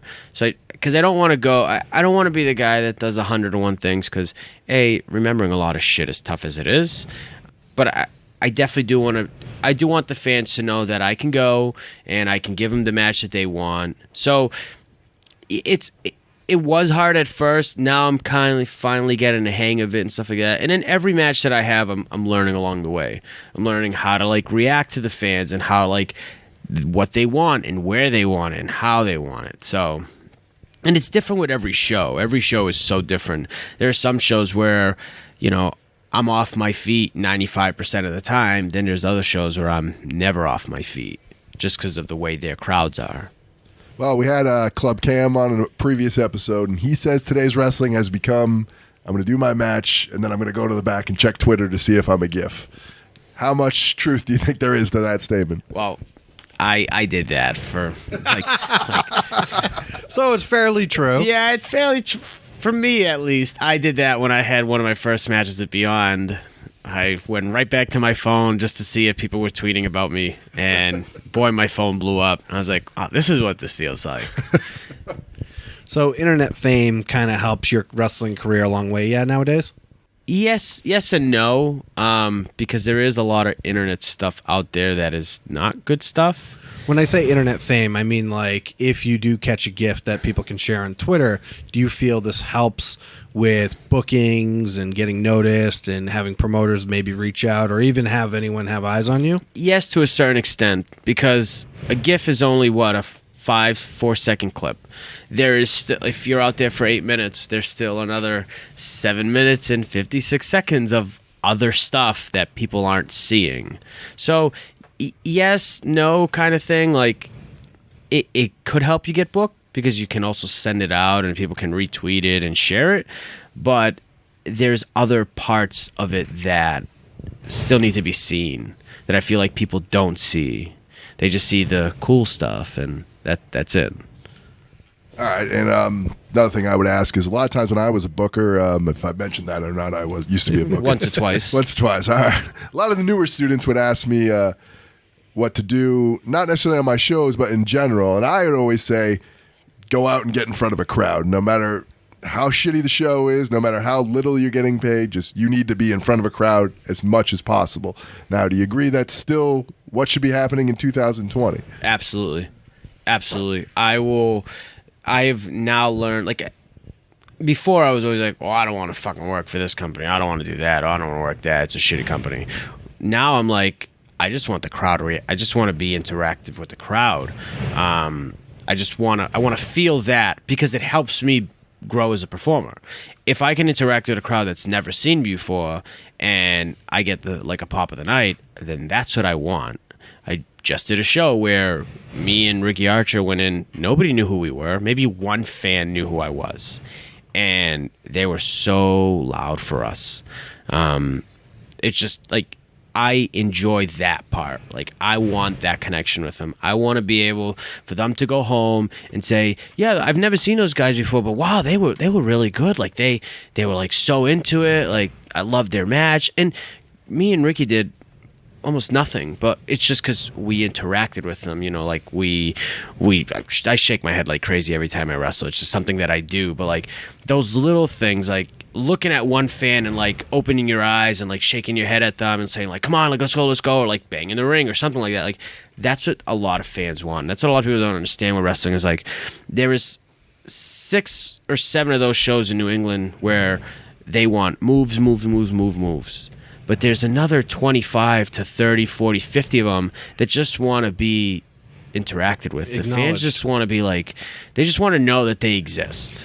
It's funny you say that, and that's something I preach heavily when I'm training people here at the New England Pro Wrestling Academy. I always, when I say it, I always filter not filter, but like I go back with what I'm saying. I'm like, I'm sure I sound like a stupid old guy who's like, interact with the crowd, but you got to put yourself in the perspective of a fan. And I know that when you start training, you forget what it's like to be a fan of professional wrestling. But remember what it was like to be a kid, whether you went to an indie show or a WWE show or whatever the case may be. Remember being in the crowd, and they probably didn't even see you at all. But when a wrestler looked in your direction and you're waving your arms and doing whatever you can to get his attention, but he's in your direction, you immediately have these flutters and these feelings of like, holy shit, he noticed me, or holy shit, he sees me. They know I exist. It's just what you're saying. And so that always played in my head. So same thing. I always tried to make eye connection with 1 or 2 or 3 or 5 people to make them realize like, no, I know you're here and I've seen you and I know you exist. I know you're with me. And that stuff can help someone feel acknowledged and connected with you, and then in turn invested into the story with you, my opinion. Yeah, like I did one show, and I'm not going to name the person, I'm not going to name the show, but I did one show where the crowd was behind me. Like, they were hot, they loved me, I won the match, and they were loud. And at the end of the show, this person comes up to me and goes, "You're only over because you clap." And I was like, that's not the case at all. Like, I actually, like, I'm connected with these fans in other ways. Like a negative? Like, was this a negative? He's just like, you're only over because you clap, right? I was just like, wow. Why would they take the time out of their day to say that to you? Like, what's the point of saying this? I don't know what was the point. We were just having a normal conversation. He was like, that the only reason why you're over with this crowd is because you clap. I was just kind of like, what does that have to do with anything? Yeah. Like, they still got the reaction. They were still behind me. Like, just because I clap, like, come on. I'm not going to force you to name this individual. I'd love to, so I could fucking tear them apart. But, I mean, what was this person doing? Let me ask you this. Was this person a worker on that show? No. Okay, so this person's not even a worker on the show. Was it a fan or a booker? No, it was another worker. Okay, so it was another worker, but they didn't work on the show. No. So that to me just sounds like straight up envy, because here you are able to do nothing and get over when this person can't even get over enough to be on a show. So to me, it just sounds like envy and white noise that you should just push behind you, honestly. Yeah. I mean, you ever heard the expression, as long as they spell my name right? I have. You're over. Yeah. I mean, does it matter what the reason is. Yeah, I don't think it matters. As long as you're over and you can connect with the fans, like, I don't think any of it matters. Like, I have this thing where, like, I definitely do feel that people are jealous, and people definitely do, like, well, why is he booked on this show? What has he done? I've been working longer and stuff like that. And, like, I definitely do feel like that was probably one of the cases. So that's the toxic environment of professional wrestling I always talk about, is where there is a brotherhood because we're all in the same thing, and it's similar to a football team where we're all in the thick of the shit, so we're trying to survive with each other. At the same time, it's every man for himself. So if this person can knock you off your perch, and then when you're feeling down, step on top of your perch and take your spot, they're absolutely going to do that. I don't think he meant any harm from it. I really don't. I think it was he had a little bit too much to drink, and he was just kind of maybe venting himself. Okay. So, I don't know. I mean, this is a ridiculous comparison, but like Becky Lynch, Orange Cassidy, they're two people I'm not a fan of, but they're over. I would never say they're not over. They're selling tickets. I wouldn't go to them and say, well, I don't like what you're doing, so you should change what you're doing. I mean, you're selling tickets. You're over. Like, it's working for them. If it's working for them, like, why would you criticize somebody if it's working for them? Just because it's not working for you, it doesn't fucking give you the right to fucking knock somebody else down. Yeah, that's what I never understood about professional wrestling is, like, why would you take some time out of your day, whether you're drinking or not, to go over and say something like that to a kid who is literally trying to grow his wrestling career? So he's going to try everything from pooping in his hand and throwing it at the crowd to clapping his hands to get over, and for you to come over and take like what sounds like a negative shot of, you're only over because you clap your hands, right? That's like saying, like, you're only over because of your entrance or because of your music. I've heard all of those claims. I've heard the music one 150 times. Yeah, you're only over because of your music. But I mean, no one likes to give Mark Sherman the credit he deserves. The dude got over because he was able to open his mouth in an entertaining way. He could literally go out there and just say, do you know who I am? And crowd loved him. He didn't have to do anything. And then you have someone like me who now has a herniated disc in his lower back, has had to have neck surgery, has 2 bad shoulders, 2 bad knees, had to do 700 backflips just to get the crowd to clap for me. Like, I would rather have had Sherman's life than mine. So, I mean, I'm still not going to shit on the guy. He deserves the credit he deserves. I don't know why everyone has to criticize each other just because one person has to work harder than the other. Yeah, I definitely feel like there is, like, when you're a level above certain people, there is some tension there of, like, what is he doing special that I'm not? Or, like, what has he done that, I haven't done? Like, I've wrestled here. Like, I've gone overseas. Or, like, I've done this, and I've been working for this long. Like, I definitely do feel that at a lot of places that I go to. I can tell you that it comes to this, and I'm sure Tarzan can agree, but fans can read when someone is genuinely, like, genuine. Fans can read when someone is genuine, and fans can read when someone is trying.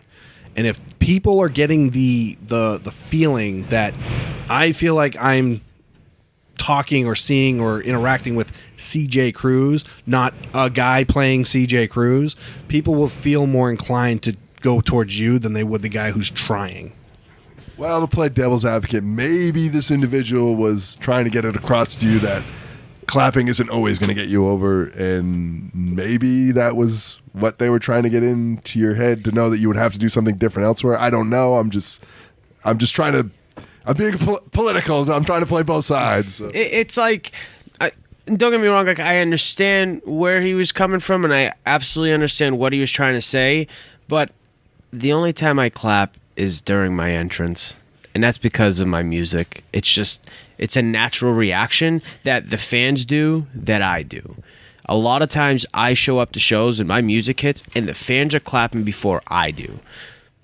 The show I just did with Ricky, the fans are clapping before we even walked out of the curtain. So to, like, say, like, I'm over because I clap, if they're clapping before I am, then I'm not doing anything wrong. I'm not forcing them to clap. They're clapping on their own. To me, it just sounds like you found what they were looking for. You found out what they came to watch. You catered to it. You gave it to them. They're happy. That's why they continue to pay a ticket to come back. Like, and I definitely do feel like there's a lot of people that don't understand why I'm over in certain places. I feel it everywhere I go. Like, I don't have this over-the-top character. CJ Cruz is me turned up to 10. And anybody, I can ask anybody.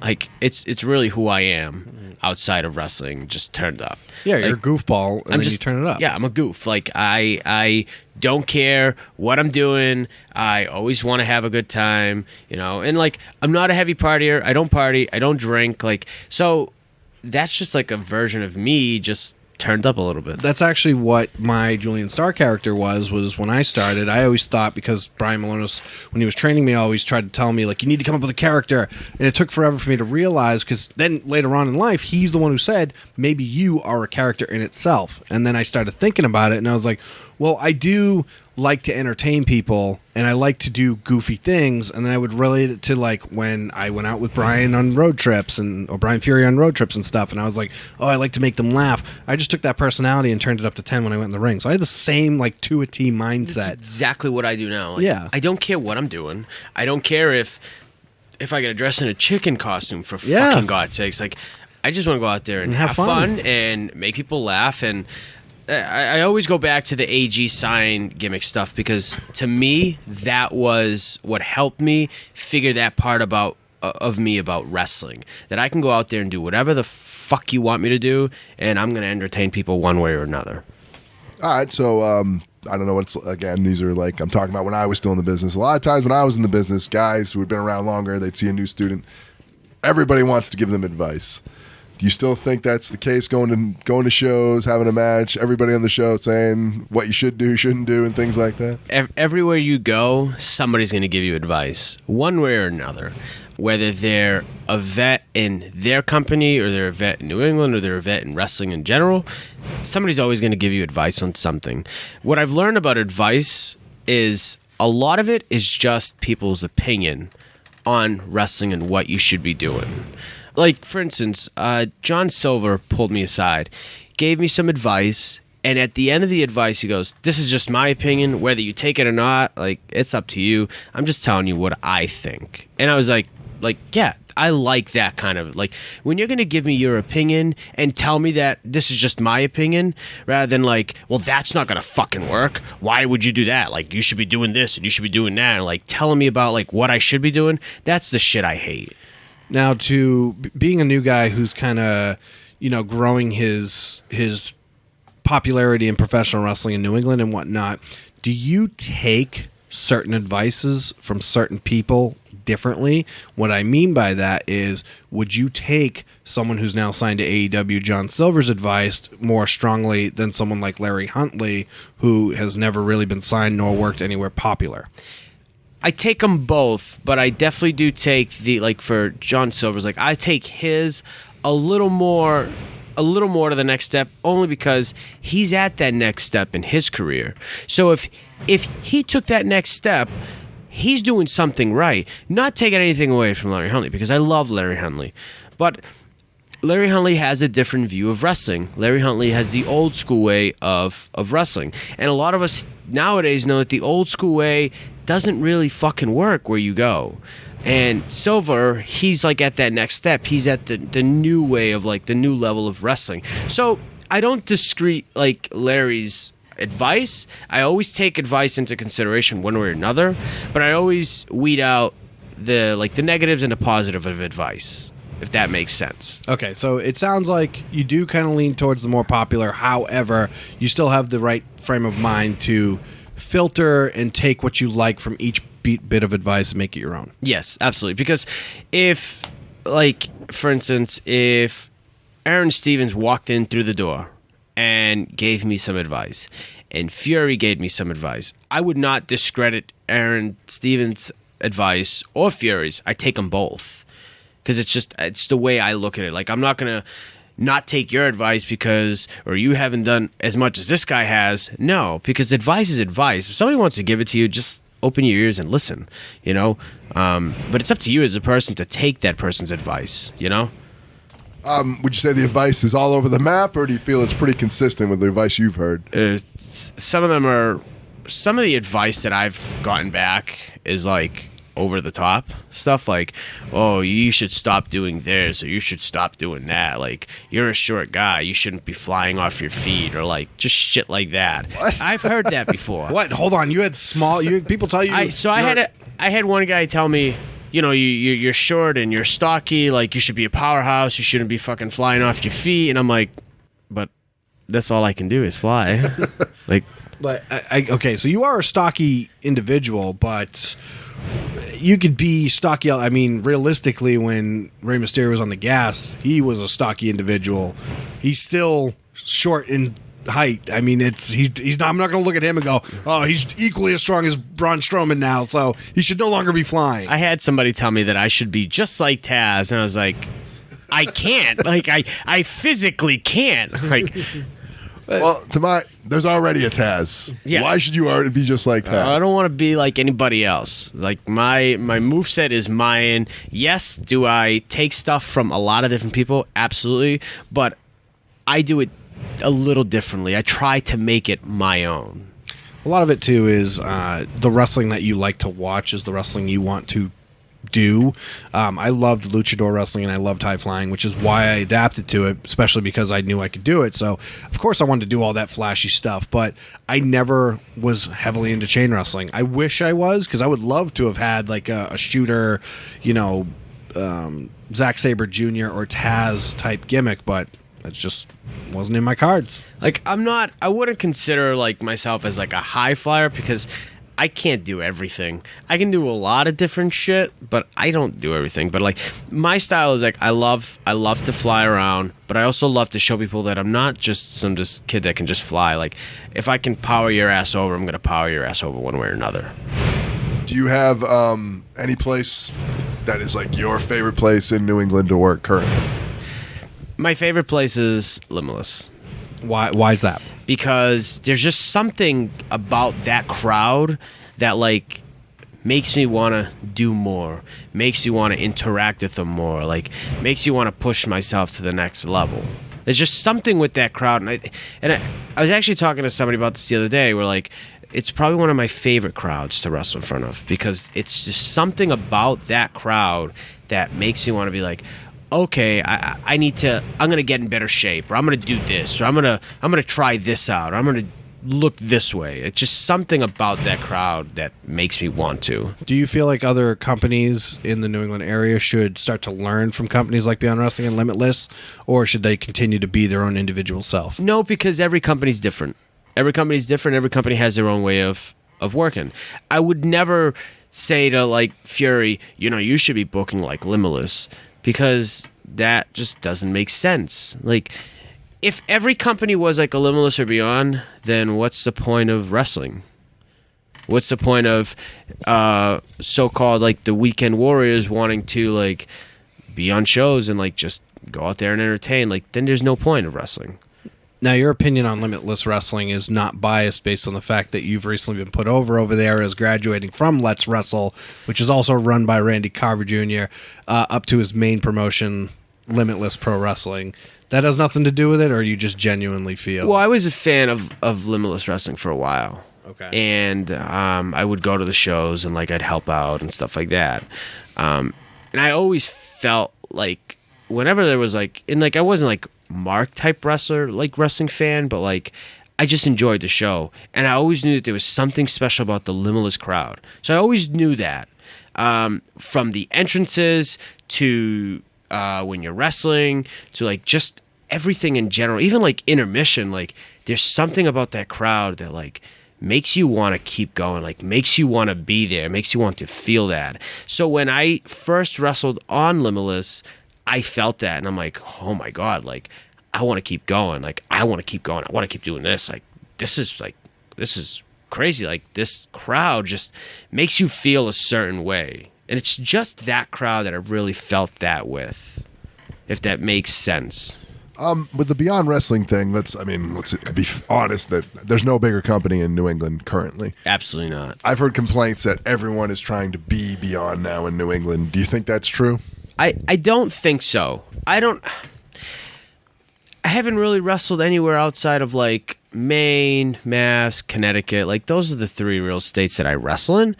But like, I don't think everybody's trying to be like Beyond, but I think everybody wants to be recognized like Beyond. And everybody wants that recognition. And people got to understand that Beyond is a beast in itself. I look at Beyond as like our WWE of indie wrestling in New England. Like, I feel like Beyond is a place to be. I don't think anybody else should try to be like them. They're different. They're separate. They have different talent. You shouldn't. I don't think anybody's trying to be like them. I just think everybody's trying to have that spotlight of what Beyond has. What do you say? What would you say would be the reason, or what, in your opinion, is the reason why Beyond Wrestling has 2 million viewers on YouTube? And then you have promotions like NEW and Chaotic Wrestling and all these guys who not only have their own set of roster, but they're bringing in stars and so on and so forth. Like, why can't anyone else get the same following? Because I don't feel like people push it as much. I definitely do feel like Beyond pushes their YouTube and pushes their, like, check this match out or check this out. And I definitely do feel like Beyond, like, they hear their crowds. They know what their crowd wants. So because of that, Beyond does it. Where I'm not saying, like, those other shows don't, because Chaotic doesn't run like that.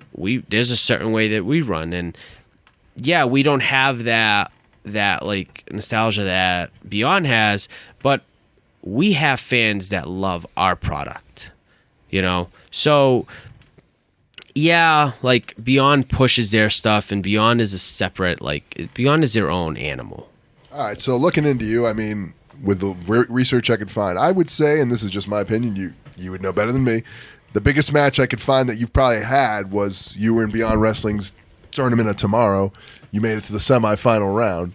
Would you say at this point in your career that is probably the biggest deal type match you've had? Yeah, definitely the biggest to date field type match that I've had. And that was only a couple of months ago, if I'm not mistaken. A couple weeks ago, back in December. And do you think that has enhanced your profile or done anything for your career? I don't think it's like, I felt like it has done good for me, but at the same time, I'm not going to say, well, I've wrestled on Beyond, so I'm just going to wait for people to book me. Like, no. Like, just because I've wrestled those 3 times on Beyond, like, it doesn't necessarily put me a step above everybody. Like, I still have to work at it, and I still have to continue, and I still have to train, and I still have to do this. Like, I still have to work. To play on what Tarzan just asked you, and that's actually what I was going to ask you, because when I was wrestling, I subconsciously, I never verbalized it out loud, but when, like, I worked for NW on Fire, they were putting me over for the heavyweight championship. I'm always in the main storyline. Then I worked for another company like, I don't know, Chaotic Wrestling or, I don't know, XWA or whatever. And I'm in, like, let's just say mid-tier storylines. Do you have it in your head right now, or have you ever had it in your head? Like, how come no one else is booking me or seeing me like Beyond Wrestling and Limitless do? No. Not even a little bit. It's like, you don't even a little bit have the mindset, like, I always have it in my head, but I always have to tell myself, like, there's 2 different worlds. It's 2 different fucking worlds of professional wrestling. Yeah, at some point, just because you get booked on those shows, you should feel like you should be bigger in other companies. But at the same time, those companies are separate entities of their own. They're their own stuff. Those fans don't watch fucking Limitless. They don't watch fucking Beyond. Go to a Chaotic show. Ask how many of those fans watch Beyond and watch Limitless. Probably 10 of them. So you can't. To me, I can't expect to be pushed everywhere I go. I just can't. Like, I know what my role is in every company that I work at, and I know where I stand in wrestling. Do you ever feel like you can start to rock the boat and pitch your own ideas and try to move yourself up the ladder in a way that will help get you over? The reason I'll bring this up based on what I've heard on Stone Cold Steve Austin, my favorite wrestler. He has his own podcast. And the one thing he had ever commented on years ago was he went to the locker room of WWE, and he said that back in the day, everyone was willing to bust into Vince's office and start giving their own ideas and rock the boat. And, nowadays in WWE, people become complacent. Do you feel like in the independent world, if you go to Beyond Wrestling, you feel confident enough that you can be like, Drew, I have an idea, and I bet you I'll make you money doing it? I don't do that. What I usually do is I'll be like, hey, question for you. How would you feel about this, that? And then if they like it, okay, are you okay if we do that? Yeah, great. But like saying, Do you think some promotions would benefit? And I'll ask Tarzan the same question because you were a booker, if anyone's never heard. If I come up to you and I have the confidence that I have this great idea that I could potentially earn your company money for, are you going to be against it? Do you feel like this would, CJ Cruz, do you feel like this would benefit more promoters? And Tarzan Taylor, do you believe that, bookers can be more receptive to the idea? Yes and no. Yes, to the point where, like, okay, he's been out there a little more, so he kind of knows what certain crowds want. But no, because every show has their way of running, and every show has a different story that they want. So if you can enhance the story and you can help out the story a little more, then yeah, bring up your ideas. Don't just say, well, I think this is going to work. I think this is better. No, don't do that. Because everybody has their way of running. Everybody has their way of what they want. I always ask, like with Fury and stuff, I'm always like, hey, how do you feel on this or this? Or like, what if we did this instead of that? If they like it, great. If not, I'm like, nope, fine, no problem. Absolutely, like, totally fine with it.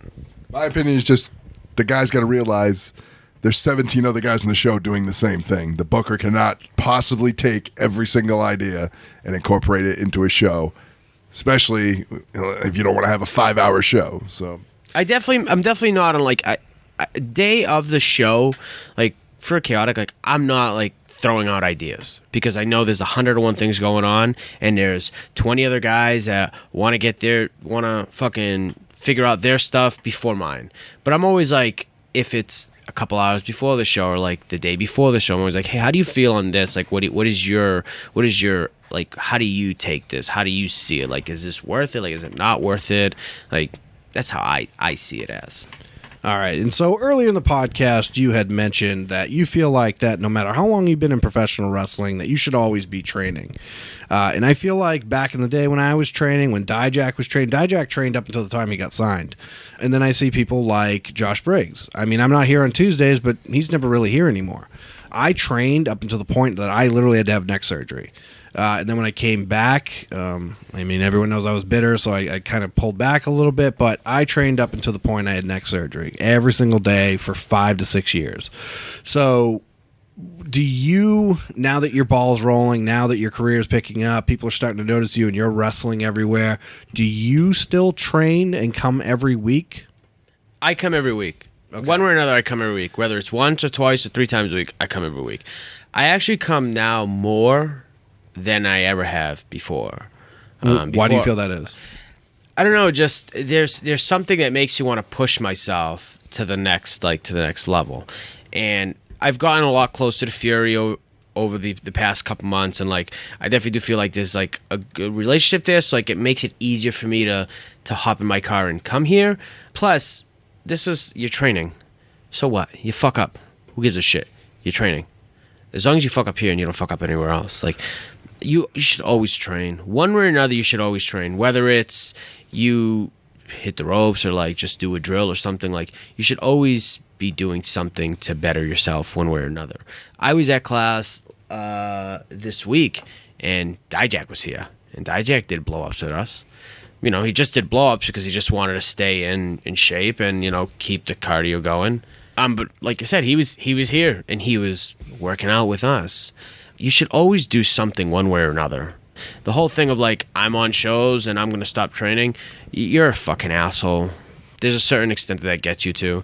A guy like Josh or AG, it's kind of a different story. Like, those guys definitely are a different story. But, Josh and AG do peek their head on every now and then. And they will run drills with us and they'll run spots with us. They're not afraid. They'll have matches with us here.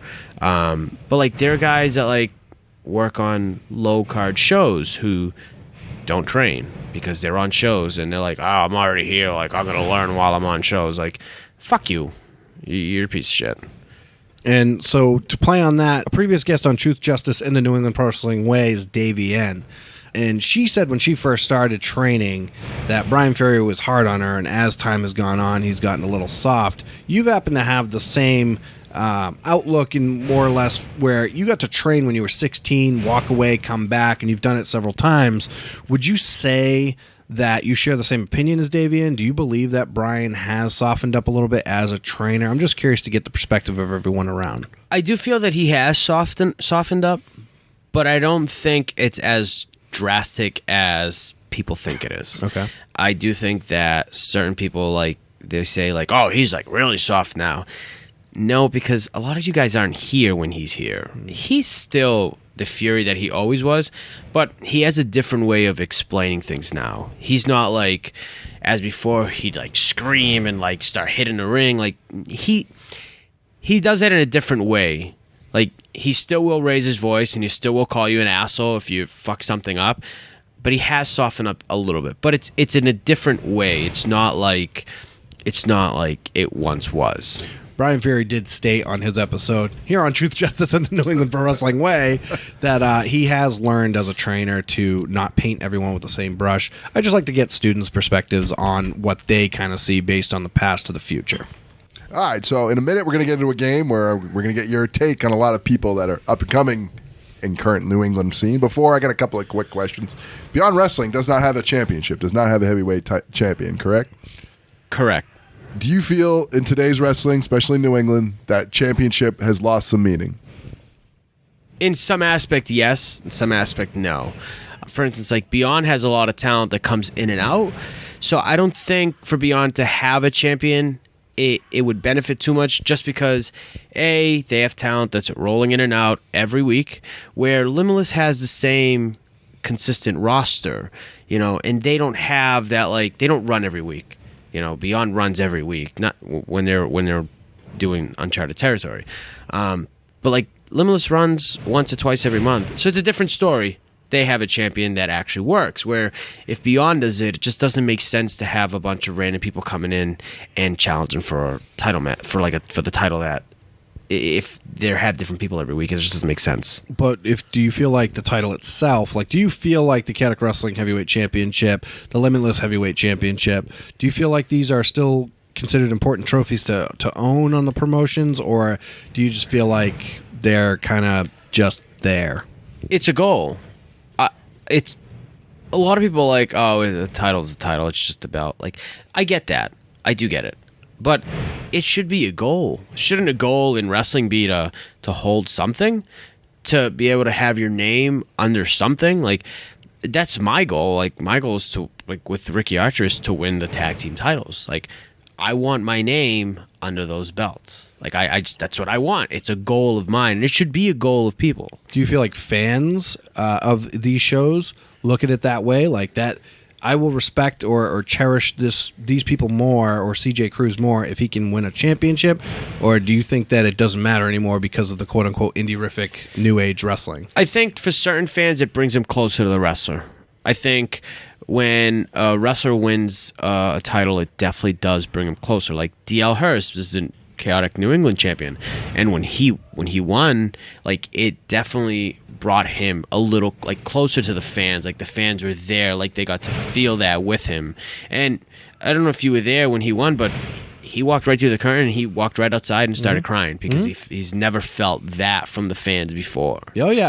I remember. I saw him storm right to the back, and everyone tried to congratulate him or talk to him, and he just waved him off and walked right outside. And I assume it's because he didn't want to cry in front of everyone. I know what that feels like. I remember a crowd came up huge for me, and my emotions overwhelmed me, and I held it back in the ring, but it can happen. Do you think today's wrestler would take less money for more YouTube views? I don't know. It's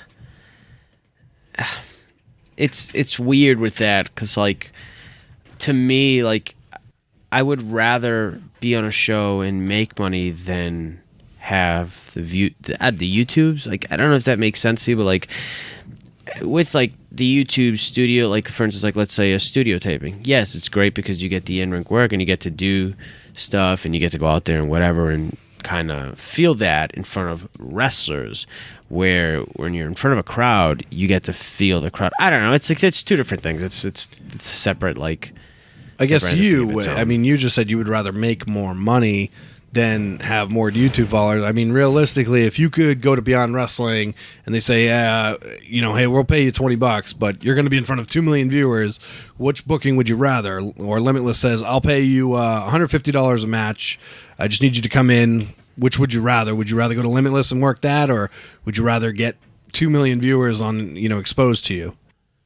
I don't know. I don't honestly. I wouldn't know how to answer that because like they're two good bookings and like they're the top of the top. So it's like either one I would take. It would affect one another and I don't want to like say one over the other because to me, like I said, I'm still nobody and I love working for both of them. But like that's something where I'm just like I would have to just make that decision right there and then and just get it over with and deal with it after.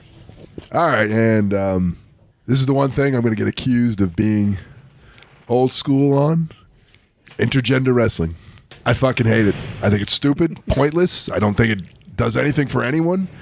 I guess you could probably name exceptions, but it seems to be really popular in independent New England wrestling. I don't understand why. I mean, you can give me a fresh, younger perspective on it, but what's your opinion on intergender wrestling? What's the draw? Why do people want it? I feel like it's got a lot of. It's more based on YouTube views than anything else with intergender wrestling. I've been in a couple of intergender matches. I like them to a certain extent because, like, I wrestled Davian, and I can take Davian's stuff, and I can sell a certain way for her. Where, like, if I was selling for somebody like AG, like, it's different. So, like, I like it because it teaches me how to work with everybody and how to sell different for certain people.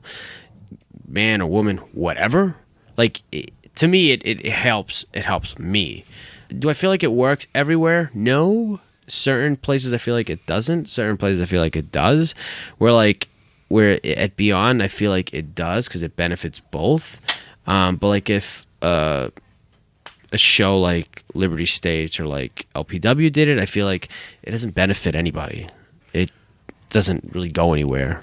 I guess what Tarzan wants to know is because you are a newer guy and a younger perspective in professional wrestling today in New England, you may have a different outlook. Now, Tarzan and I can be guilty in being considered like too old school because we like the old style of wrestling. We like storytelling. We like, a man can't beat up a woman. Sorry, a woman can't beat up a man just because in real life, women aren't typically as strong as men, no matter where you are. I mean, I'll give you an example. If you put your heaviest female against Cain Velasquez in a, UFC fight, who's realistically going to win? They're both been training. They're both well matched, but they're both outweighed. They're both outstrength. Like, who do you really think is going to dominate who? Do you think they're going to have a 50-50 match, or do you think one's going to beat the living shit out of the other one? So what Tarzan really wants to know is maybe can you explain what actually is the appeal of intergender wrestling? I think it's to prove that women can work just as good as men, if not even better. All right. Do you have any argument to that? I mean, don't you feel you can get the same? Why? I guess I don't want to get a whole thing about it, but I mean, that doesn't prove it to me. I mean, a woman can wrestle just as good as a guy. She can do it against another woman. That's what I was trying to get at. I mean, I just maybe you can't answer the question. We're just trying to see if maybe you did have an answer or maybe you did have a perspective on it. I mean, we're not trying to put you on the spot and say like, give us the fucking answer. But I mean, I'm with Tarzan. I just.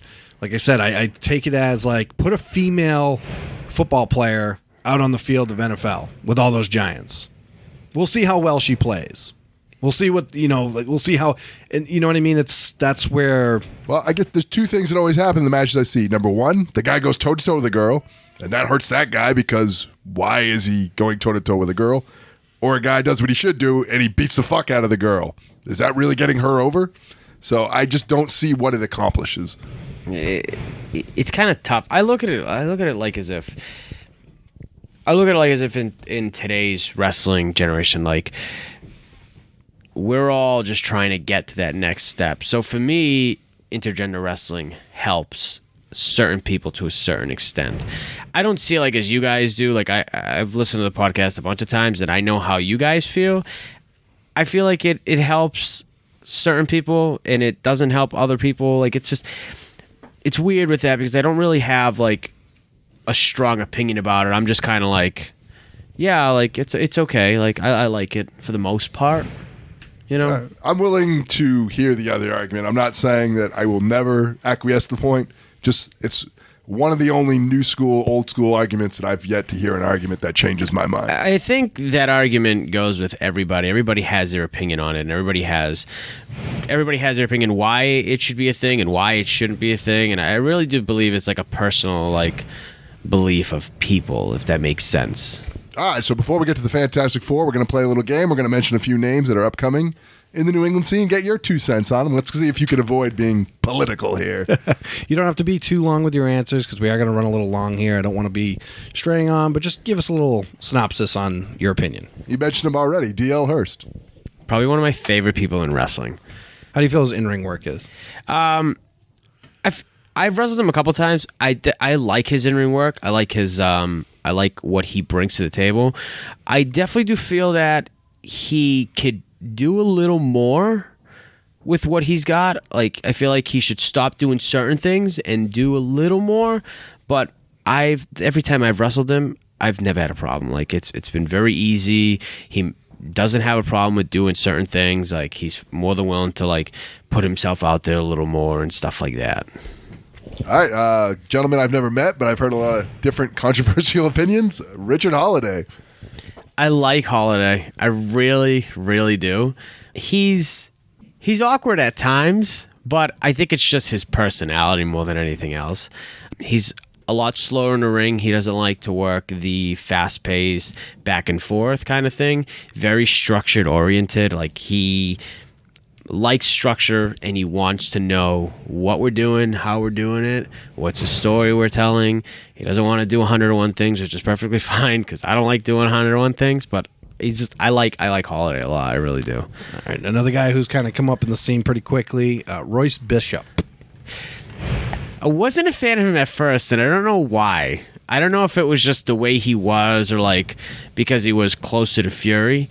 I like him now more than I ever have. I definitely do feel like he was one that kind of got to a point where he got on shows and he stopped showing up and he stopped training and he stopped helping out. And I wish he wouldn't think that way. I wish he would especially at a chaotic show, when we're all setting up, I'm wrestling on the show, I got to set up, I got to break down. I just wish he would help out a little more. I wish he would take that into consideration. But everything else, another guy, I love him, good guy. I've never had any confrontation with him, never had an issue. I've worked him a couple times and I've had fun with him. So another person I wanted to mention was Ricky Archer, your partner. He's my favorite person wrestling other than DL.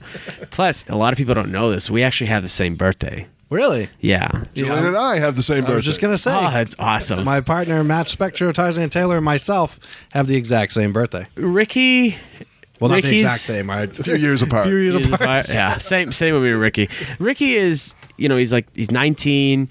I do feel that Ricky has a little bit more maturing to do when it comes to the whole wrestling thing. The only thing with Ricky, and I think I've told him this a couple of times, I definitely do feel like some people try to walk all over him because he's so young. And him being young and greener than I am, he just kind of says, yeah, okay, fine, no problem. And he kind of, sometimes I feel doesn't let people let him get his stuff in. I feel like he'll say yes to everybody else. He's a giver. He'll give his body to anybody, but he doesn't take. He won't help himself out. He'll make somebody else look good. You know what I mean? If that makes sense. I had the same problem. Yeah. So did Oni Larkin. It's the old, if you make someone look good, you'll always get a job, but you'll most likely do the job. Yeah, exactly. Charlie Cashew. I love Charlie Cashew. I'm not a fan of his name, but just him in general, when he's going or when he's talking or when he's trying to figure stuff out, I laugh. I laugh a lot because he's just a funny, quirky guy. Cashew's one where he would rather work on something 150 times to get it right and perfect it than to just move on to the next thing. He will stop. We were here on a Wednesday and it was 4 or 5 of us, and something like an arm drag. Everybody has different ways of doing it. He couldn't take an arm drag a certain way. There was a way that Chase was teaching it where he was confused and he was I need to get this right before we can move on to the next level. He's one where he wants to, what he's working on, he wants to get it right because he wants it to look good, and he wants to prove to people like, I can do this, I can do that, I can be that guy. All right, and another individual who's up and coming, Tyler Cintron. Dolph Ziggler's number one fan. Looks like Batista's too, since the belly button tattoo. Older, he's older than I am. He's been around longer. He brings something else to the table. He's very, very character driven. Everywhere he goes, everywhere he's wrestled. Another guy would rather not do anything, rather would do nothing than do more kind of thing. Every time I've wrestled him, definitely is like, oh, should we really do this? Should we really do that? Like, does this make sense? But when it comes down to like if I was to call spots to him, he'd do it and he'd be fine with it. It's a little awkward in the ring sometimes. Not all the time, but 2 left feet. Yeah, kind of like 2 left feet kind of thing, but he can get through it and it's fine. I've hung out with him. I've hung out with most of these guys here, and like Tyler's definitely one of my favorites to hang out with outside of no personalities in this group of people that you were like, I'd rather steer clear from. Probably Royce. Okay. Probably Royce. But like I said, I do like him. I generally do like him. It's just we're 2 different people. And I think that's really what it is. We look at life different. We're 2 different people. So like, if I was to hang out with him outside of this, I don't think it would clash really well because we're just 2 different people, and the way we look at life is completely different. All right, I admit to not being as on touch with today's wrestling, so I apologize to anybody else that is up and coming that I did not mention their name in this game. But the final name I'm going to ask is the guy who I'm always being told is going to be the next big thing. He was the winner of Beyond Wrestling's Tournament of Tomorrow, Christian Casanova.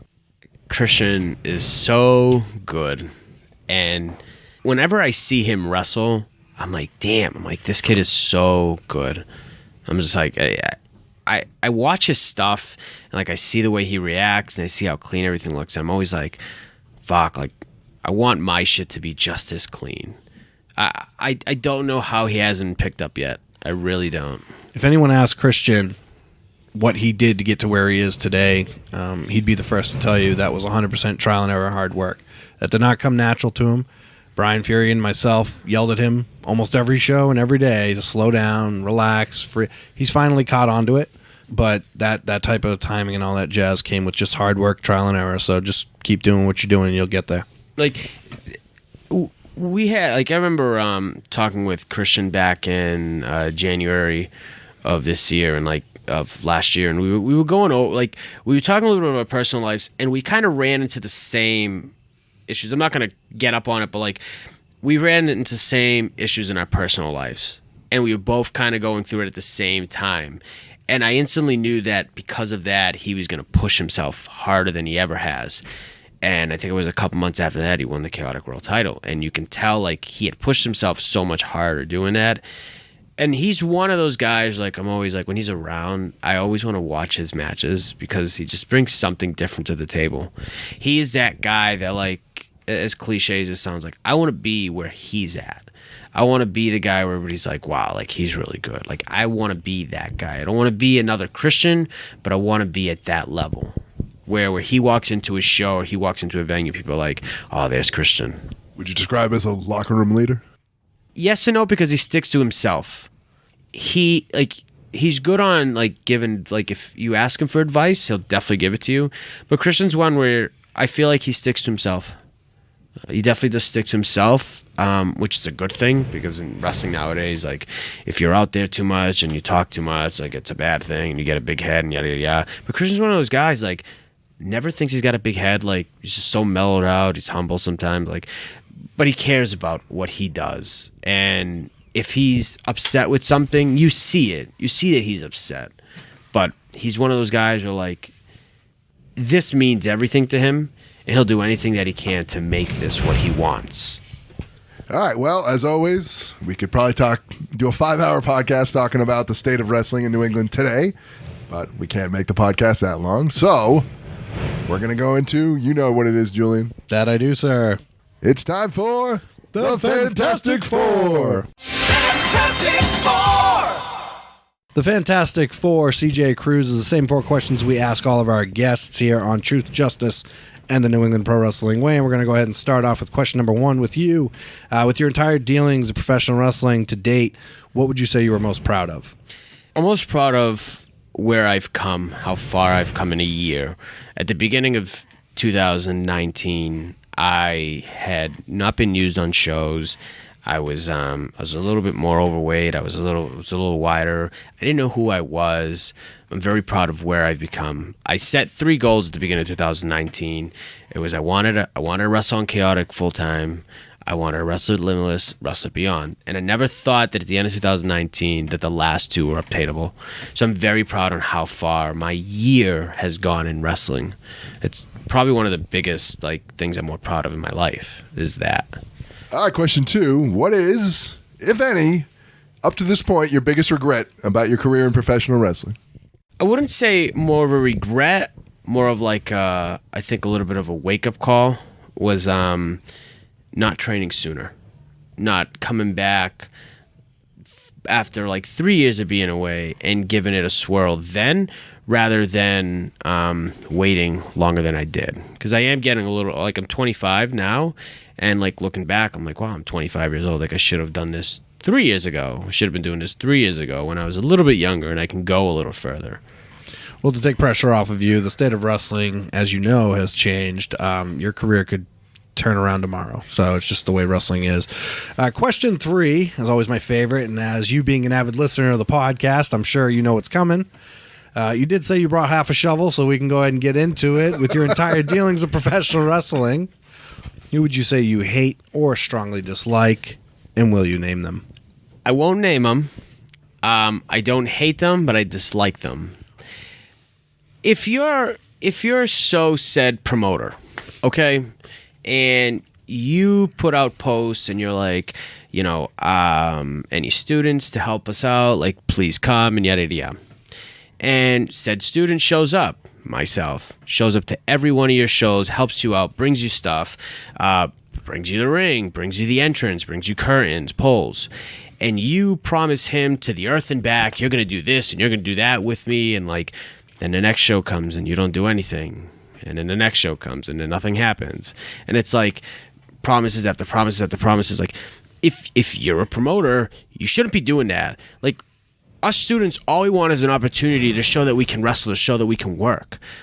For fuck's sakes, get over yourself. Stop booking your friends for fuck's sakes and help out the younger guys, or at least give them a fucking pre-show match or something. Don't promise them we're going to do this, we're going to do that. Don't promise any of that. Don't do that.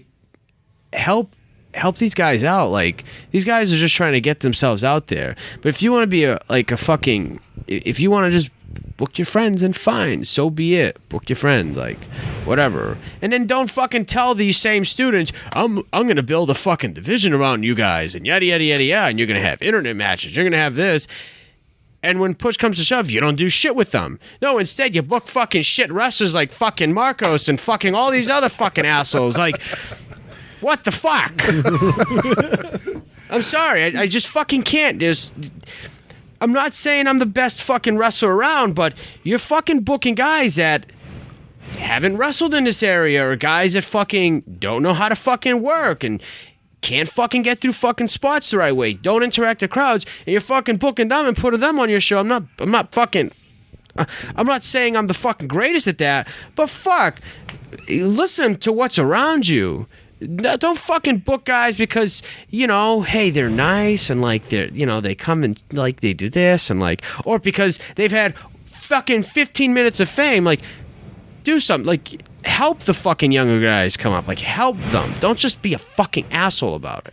And you're sure you don't want to name them? Yeah, I'm fucking positive. Okay. Fucking positive. Before the end of 2020 or 2020, we're gonna have you back on, and we're gonna see if we can weasel that name out of you. Half a shovel, Question 4: what does the future hold for CJ Cruz?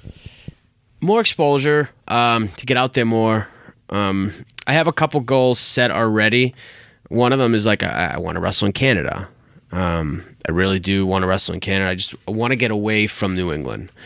Like I wanna wrestle for NEW, and I want to try to get down to ZCW if possible. Like I just want to branch out more, get my name out there more, figure out who I am as a character, figure out what CJ Cruz is, where he's at in his career and stuff like that. I also want to work on my look more. You know, I've come so far in 2019, and I don't want to stop. I want to just keep working at it, and like I definitely want to just clean up the way I look more than anything else. Beautiful. All right. We want to thank you very much for being on the show. Thank you for having me. It was definitely interesting, especially for me, because I am a little bit out of touch with current New England wrestling, so it was nice to get someone who's still in the heart of it. And being a guy who was a part of your training and a part of your upbringing and seeing you grow, it's kind of nice to be able to sit down, talk with you, and get your mindset on today's professional wrestling. Free plug time. Where can our listeners find you on social media? I am on Facebook at CJ Cruz, Twitter at CJ Cruz, and Instagram at CJ Cruz. All the same. Wait, you were able to get the handle CJ at CJ Cruz? So I think the only one that I wasn't able to is Twitter. I think Twitter, it's like _CJ_Cruz 28. I think that was the only one, but the other two I was able to. Okay. Julian, our social media.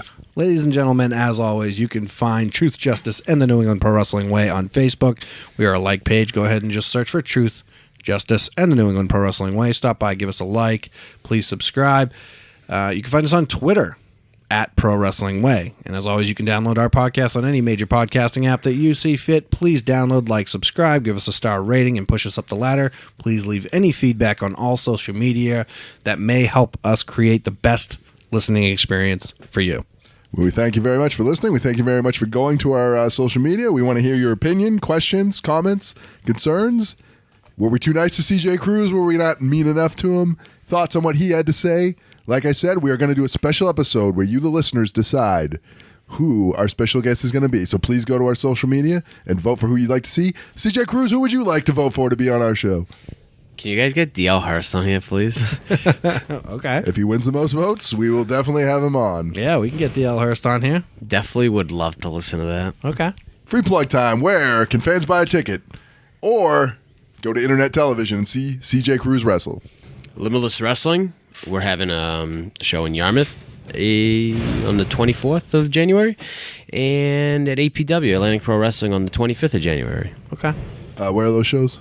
Limitless is in Yarmouth, Maine, and APW is in Salem, Mass. Okay. And you don't know the buildings or anything like that? I don't know the buildings' names because it's like the first couple times they've run there. Okay. So. All right. Perfect. All right. Thank you very much for joining us. Thank you, everyone, for listening. And I just want to give you the heads up. I am going to Disney World this month.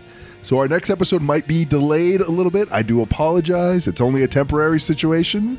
It may not be. We're trying our best to make it happen, but I am going to Disney, so I do apologize if our next episode is a little bit delayed. Please bear with us.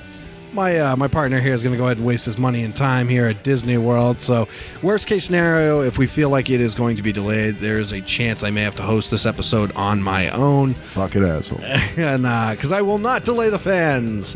But I'll get a guest on at some point and do some form of interview. Maybe I'll do something. I'll look through an independent show and I'll just review it myself. Who knows? But we'll figure out something. We'll make sure it's not delayed one way or another. Until then, join us again for another episode of Truth, Justice, and the New England Pro Wrestling Way.